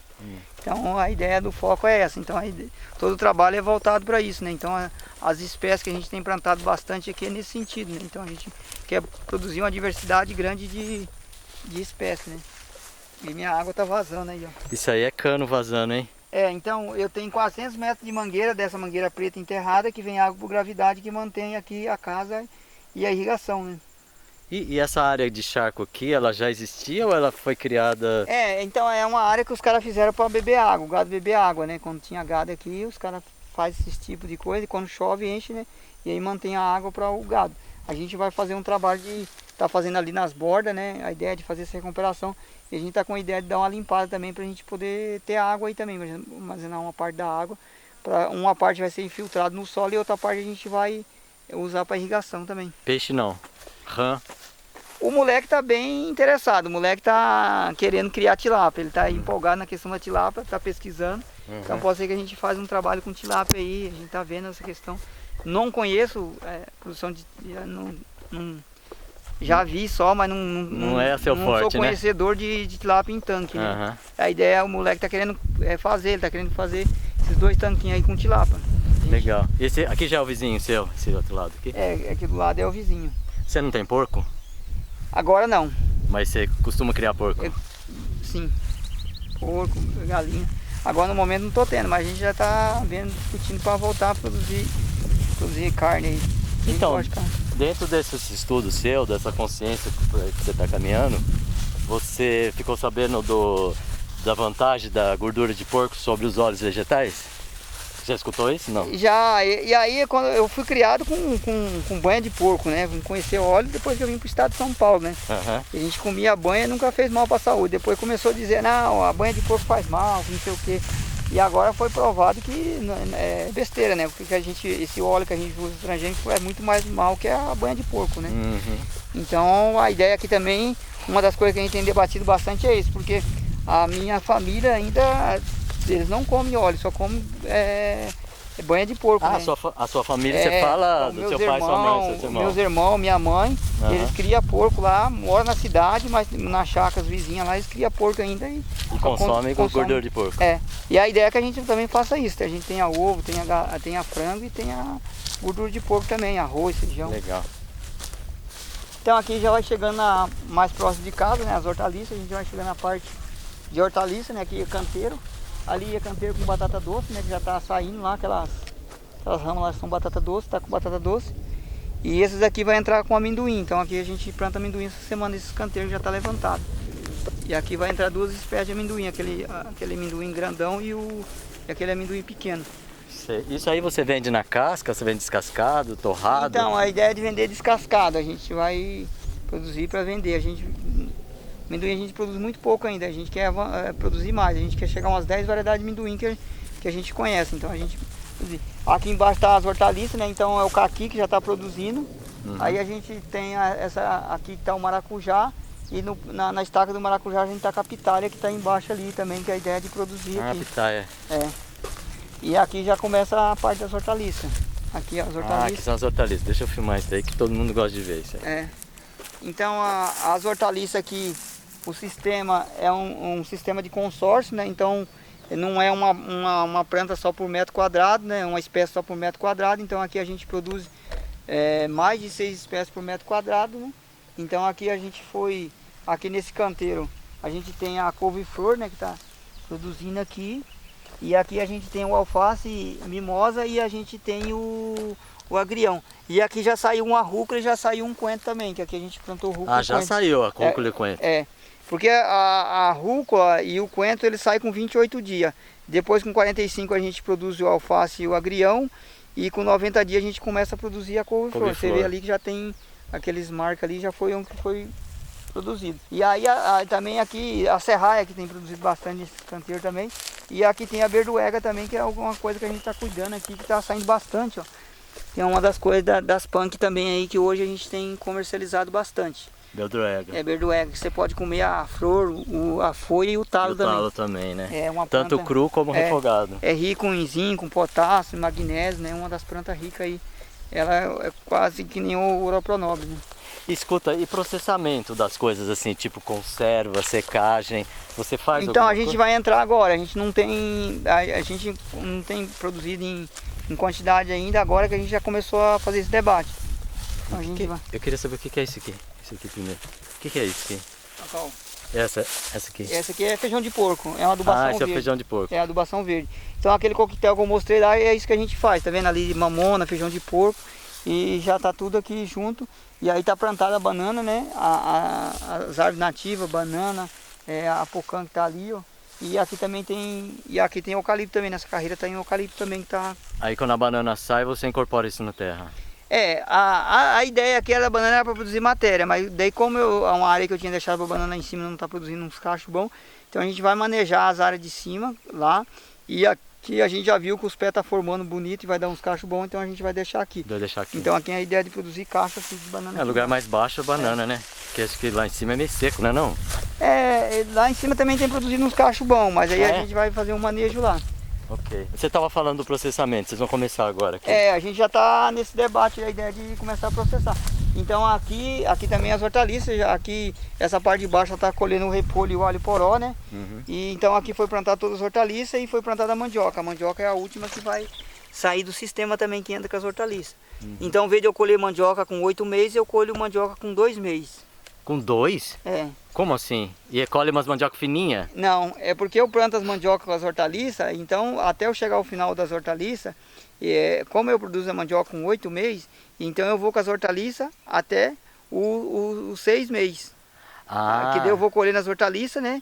E daí quando eu acabo no final das hortaliças, aí no final eu tenho mais 2 meses para esperar a mandioca. Esperar a mandioca, tá. Em vez de eu esperar a mandioca 6 meses... Tá, você espera só 2. Eu espero só 2 meses para colher mandioca. Tá. E aqui é o brócolis, né? O brócolis, beterraba e tem mandioca também que tá colhendo. E eu tô vendo que você deixa o brócolis da semente, por quê? Então, esse aqui não era nem para deixar, era porque nesse final de semana era para ter manejado e colhido ele, mas não colheu. E o brócolis, se não colher, ele cresce, e agora com essa temperatura que chove, esquenta, ele cresce rápido e ele vem sementear, né? Mas aí ele vai ser cortado, provavelmente amanhã eles já passam colhendo e corta ele. Porque quando alguma planta floresce, no caso aqui, ó, quando ele começa a florescer, ele começa a indicar o canteiro que ele está envelhecendo, então todas as plantas vão florescer. Então aqui a gente aqui já colheu os alface, já colheu o espinafre, e agora a gente está na colheita da beterraba, né? Aqui tá limpando também, aqui o final do alface o pessoal já está limpando, tirando fora, né? No dia da colheita quem está colhendo já limpa, já vai tirando para ir para as galinhas. E aqui está colhido do brócolis e a beterraba que a gente está colhendo aqui. Então aqui tem beterraba que está colhendo ainda. Então aqui mais para frente, aqui vai colhendo as beterrabas com 90 dias até 120 dias, né? Então aqui, ó, aqui você vê já está colhendo as beterrabas. Nossa, que linda elas, ó. Muito linda. Aí você leva duas beterrabas você come. Mas eu não posso levar na mão, eu tenho que dar o foco. Leva pra mim, Valdir. Obrigado. Então, daí aqui vai sair o brócolis, né, até 120 dias. Aí quando eu sair o brócolis, saiu a beterraba também, aí eu só fico com a mandioca, que daí eu vou colher a mandioca. Então todo aqui tá com mandioca. Ok. E aí do lado tá o consórcio aqui é banana, goiaba, que também a gente vai produzir, tá trabalhando, porque muita gente fala que a goiaba não produz orgânico, então a gente vai tá investindo na goiaba e na pocã aqui. Então vai ser goiaba, pocã e banana nessas linhas aqui. A goiaba você pode fazer doce se ela der muito bicho. Né? A ideia aqui é da gente embalar no pacote, né? A gente não tem embalado ainda porque ela tá nova, né? Agora que ela começou vai produzir, então a gente vai dar uma raleada e a gente vai embalar, tá vendo? Aqui mas essa é a goiaba nativa ou aquela mais grandona? Essa aqui é uma goiaba de enxerto, aqui a gente já comprou uma muda enxertada já. Aquelas grandonas, né? É uma goiaba maior. Ela não vai produzir aquela goiabona que o convencional produz, né? E vai produzir uma goiaba menor pelo o tamanho que a gente tá trabalhando. Aqui também está colhendo. Aqui também está colhendo aqui está colhendo a couve-flor, o brócolis ninja e a beterraba também está colhendo aqui. O restante já colheu aqui. Aqui já colheu o tomate. A salsa também já empendou, colheu a salsa, e a gente está colhendo a cebola de cabeça, que está na cebola de cabeça. Aqui também está na cebola de cabeça. Isso aí você tem tudo na cabeça ou você anota tudo? Como a gente vai trabalhando no dia a dia, a gente vai anotando. Então aqui... Mas você anota na sua cabeça ou no papel? Na cabeça. Então aqui já colheu a couve, né? A couve está aí para tratar das galinhas, e agora o que a gente está colhendo só a cebola de cabeça que a gente está colhendo aqui. A gente colhe, a maioria dela é verde, né? Muita gente só vende a cebola madura, mas a gente tem trabalhado aqui na feira, porque o pessoal conhece muito a cebola assim, né? Quando você arranca ela tá amarela, a casca ela seca, tá né? seca assim, e daí o pessoal quer. E daí a gente tem trabalhado muito, quando ela tá bonita, trabalhado ela assim. Aqui Opa. tá meio dura, o sol tá duro. Então, ao invés de você colher ela... Você colhe quando ela tá esbranquiçada ainda, né? Quando ela tá verde assim. Porque daí quando ela tá verde, em vez de você aproveitar só essa parte quando ela tá madura, você aproveita tudo, porque ela é mais saborosa que a cebolinha. Sim. Então, ao invés de você comprar a cebolinha, você pode levar a cebola de cabeça, cortou aqui, você bate, faz o tempero que você quer, e você tem a cebola e a cebolinha. Legal. Você falou do tomate. O tomate é uma cultura que normalmente é sabido que exige muito trato, né? Como é que você faz? Então, aqui ali eu tinha plantado um tomate grande, né? Veio de produzir 10, 12 quilos por pé. A média que eu tenho produzido aqui de 3 a 4 quilos por pé. Produziu essa quantidade, tá bom, já pagou o investimento. E aí eu foco muito no tomate em cereja, que aqui uma das coisas... Esse é mais rústico, né? Ele é mais rústico, ele vai. E aí o tomate grande, aí eu tenho investido num sistema mais sombreado, com uma diversidade maior de planta, que daí tem um filtro, tem toda uma questão que ajuda a fazer esse controle biológico, pra você não ficar tão dependente das caudas, esse negócio, senão você fica doido dentro do tomatal, né? Então eu não... Mas você teve muita praga nesse tomateiro, por isso que deu pouca produção, ou ele produziu pouco mesmo? Porque o tomate, na verdade, é uma planta que você tem exigente, né? Você tem que ficar ali, e eu não, eu plantei, e o que deu, o que não deu, não deu. Ele vai produzir solo, vai produzir matéria orgânica. Talvez se você achar uma variedade mais adequada aqui, né? A gente tem entrado com os tomates grandes aí, vamos ver o que a gente vai fazer, né? Se vai produzir bem. a gente vai conhecendo também, porque talvez a gente não conhece muita variedade, a gente fica falando sem conhecer, né? Então a ideia é a gente aprofundar nesse conhecimento para a gente ver a variedade. Então aqui é o salsão, cebolinha, tá? Salsão com repolho. Aqui é couve, cebolinha e salsão. Ah, é couve isso? Esse aqui é uma couve verde, né? Couve de semente, daí a gente planta ela bastante, que o pessoal pede. Abobrinha? Aqui é a abobrinha com açafrão, né? O açafrão aqui tá plantado também, logo começa a germinar. Aquela subindo lá é abobrinha, milho e inhame, né? O inhame já tá tudo nascido aqui, ó. Aqui já tá o inhame, né? Foi feito os canteiros e feita a cobertura e o inhame tá aqui, ó. Então eu vou, tá vendo? O inhame já tá germinado, ó. Aqui é o inhame. Ah, o inhame tá aqui já. O inhame tá aqui, ó, tá vendo? Tudo em inhame de um lado e outro. E aí no meio as espécies nativas, as árvores nativas, frutífero nativo, tomate e o milho e a abobrinha. A abobrinha também já tá começando a produzir, eu já tenho abobrinha que um dia já tá... Ali já tem uma abobrinha aqui. Aqui já tem abobrinha também, ó. Nas pontas ali tem uma também, ó. Lá também já tem. Aí vai produzir. Aqui a gente já saiu as hortaliças, tá o final tá a berinjela, então a gente tá colhendo berinjela aqui. E a parte de baixo lá a gente vai plantar essa semana, aquela quadra lá de baixo. E aqui as faixas é feita de 5 metros, né? Então a cada 5 metros tem uma carreira de árvore, com banana, com fruta. E aí no meio a gente cultiva as hortaliças, vai cultivar por uns 3 anos, depois sai as hortaliças e entra outro tipo de lavoura. Aqui já está plantado nessas quadras aqui. Ah, e é com muda, né? Aqui já está plantado, né? Então a cada 5 metros tem uma carreira de árvore, né? Aqui as bananas já estão germinando também, que foi plantado as mudas. Aqui já está saindo as bananas. E aqui já tá também, aqui já foi colhida a rúcula. A rúcula vai sendo colhida aqui, ó. Em 28 dias já começa a colher a rúcula. Então aqui, essa rúcula já colhe, amanhã já colhe todo o restante que tá. Aí vem o restante das hortaliças. Então aí tá o alface, tá a beterraba e o brócolis. Vamos mostrar as mudinhas também. Aqui foi plantado aqui com o pessoal que veio de São Paulo do Butantã. E aqui tá o tomate, ó. Esse tomate é o tomatinho, né? É o tomate grande. Ah, é o grande esse? Então aqui foi plantado o brócolis, né, que é 60 centímetros, o alface de 40 e a beterraba de 15 centímetros e o tomate de metro em metro. É que a beterraba ela aguenta um pouco de sombra, né? E aqui é o agrião, aqui é o agrião do seco, ó, ele tá aí, tá vendo? Já começa a sair, uma parte é agrião, outra parte é rúcula. Tá certo. E o que é esse fio aqui? É para alguma coisa? Esse aí vai ser um tutor do tomate, né? Então o tomate... você vai amarrar? Vai amarrar uma fita aqui, né? E vai descer aqui embaixo e vai pegar o tomate. E aqui também tem alho poró, tá vendo? Tem uns alho poró aí também. Tem alho poró. Aqui também já tá plantado, né? Aqui é com outra... Aqui também tá com tutor, vai ser vagem e tomate também que vai ser tutorado aqui. E a vagem precisa trepar também, né? Essa aqui não é aquela vagem de moita, né? Aquela de rama. Então aqui foi plantado o brócolis, aqui é o brócolis e aqui está semeado cenoura e aqui está plantado a vagem. Você tá com mandioquinha salsa ali, não? Aonde? Ali atrás, o que é aquilo? Não, aquilo ali é salsão. É salsão? Salsão. Eu pensei que era mandioquinha salsa. Não, mandioquinha salsa não.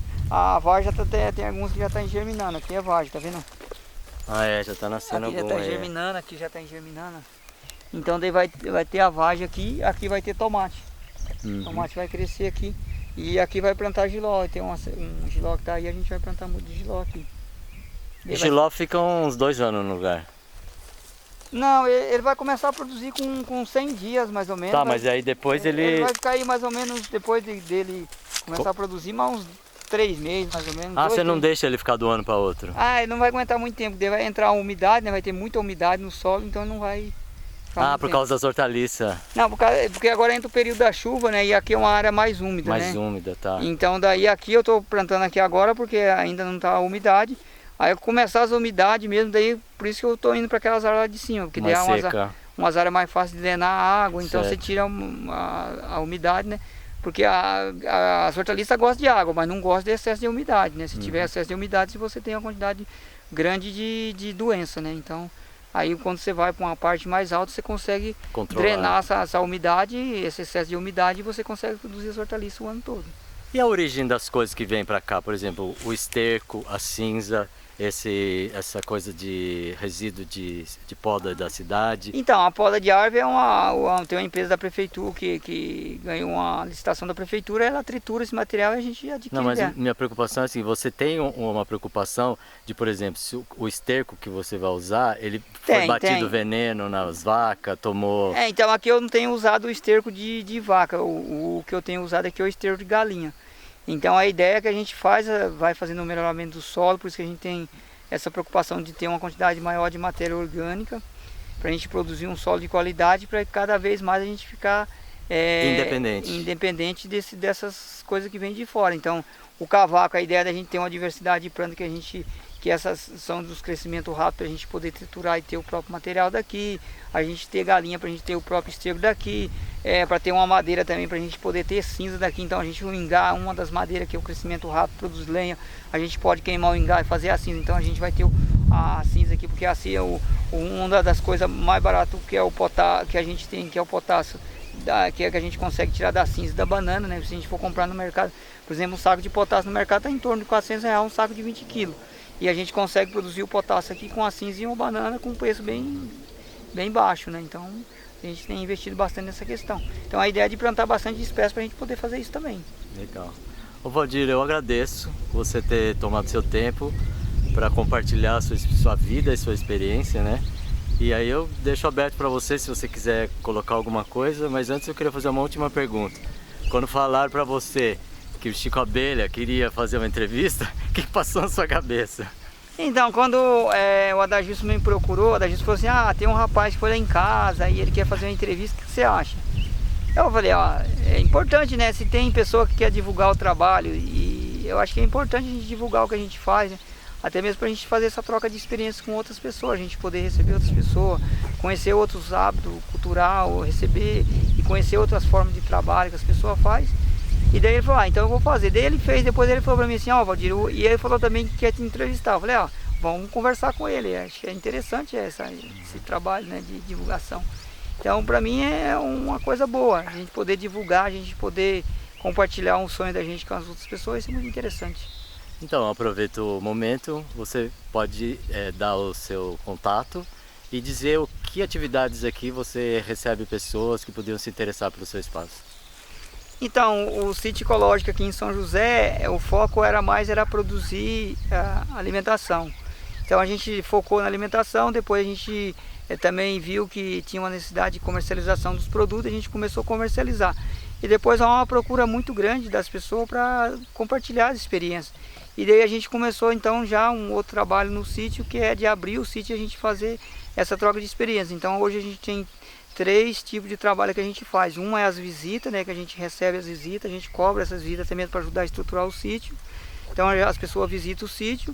E aí também tem os cursos que a gente aplica, as pessoas vêm, também tem essa oportunidade de a gente fazer essa troca de experiência, da técnica que a gente está aplicando, o trabalho que a gente está fazendo.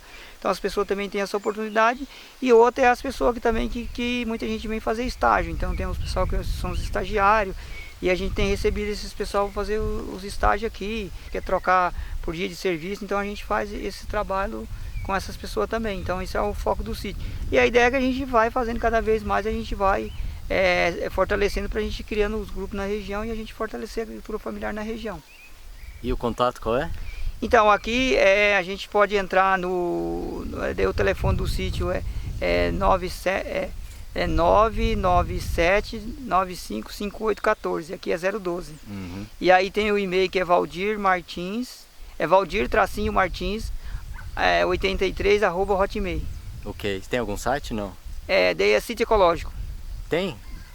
Sítio ecológico é um site? Tem um site? Tem um e-mail, né, que é sítio ecológico, daí você pode entrar lá que daí... mas é só e-mail para conversar com você? Daí. Só com e-mail, não tem uma página ainda. Não tem uma página, a ideia é de criar nem no Facebook, nem em lugar nenhum, tá.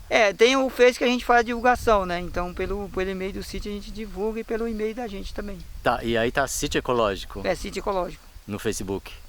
Tá bom, eu vou aí tentar achar. Aí você entra lá no sítio ecológico, você vai ver, daí tem reportagem, tem os trabalhos que a gente tem feito, os mutirão, às vezes a gente recebe gente fazer mutirão para trocar também. Então a gente tem todo esse divulgado. Legal.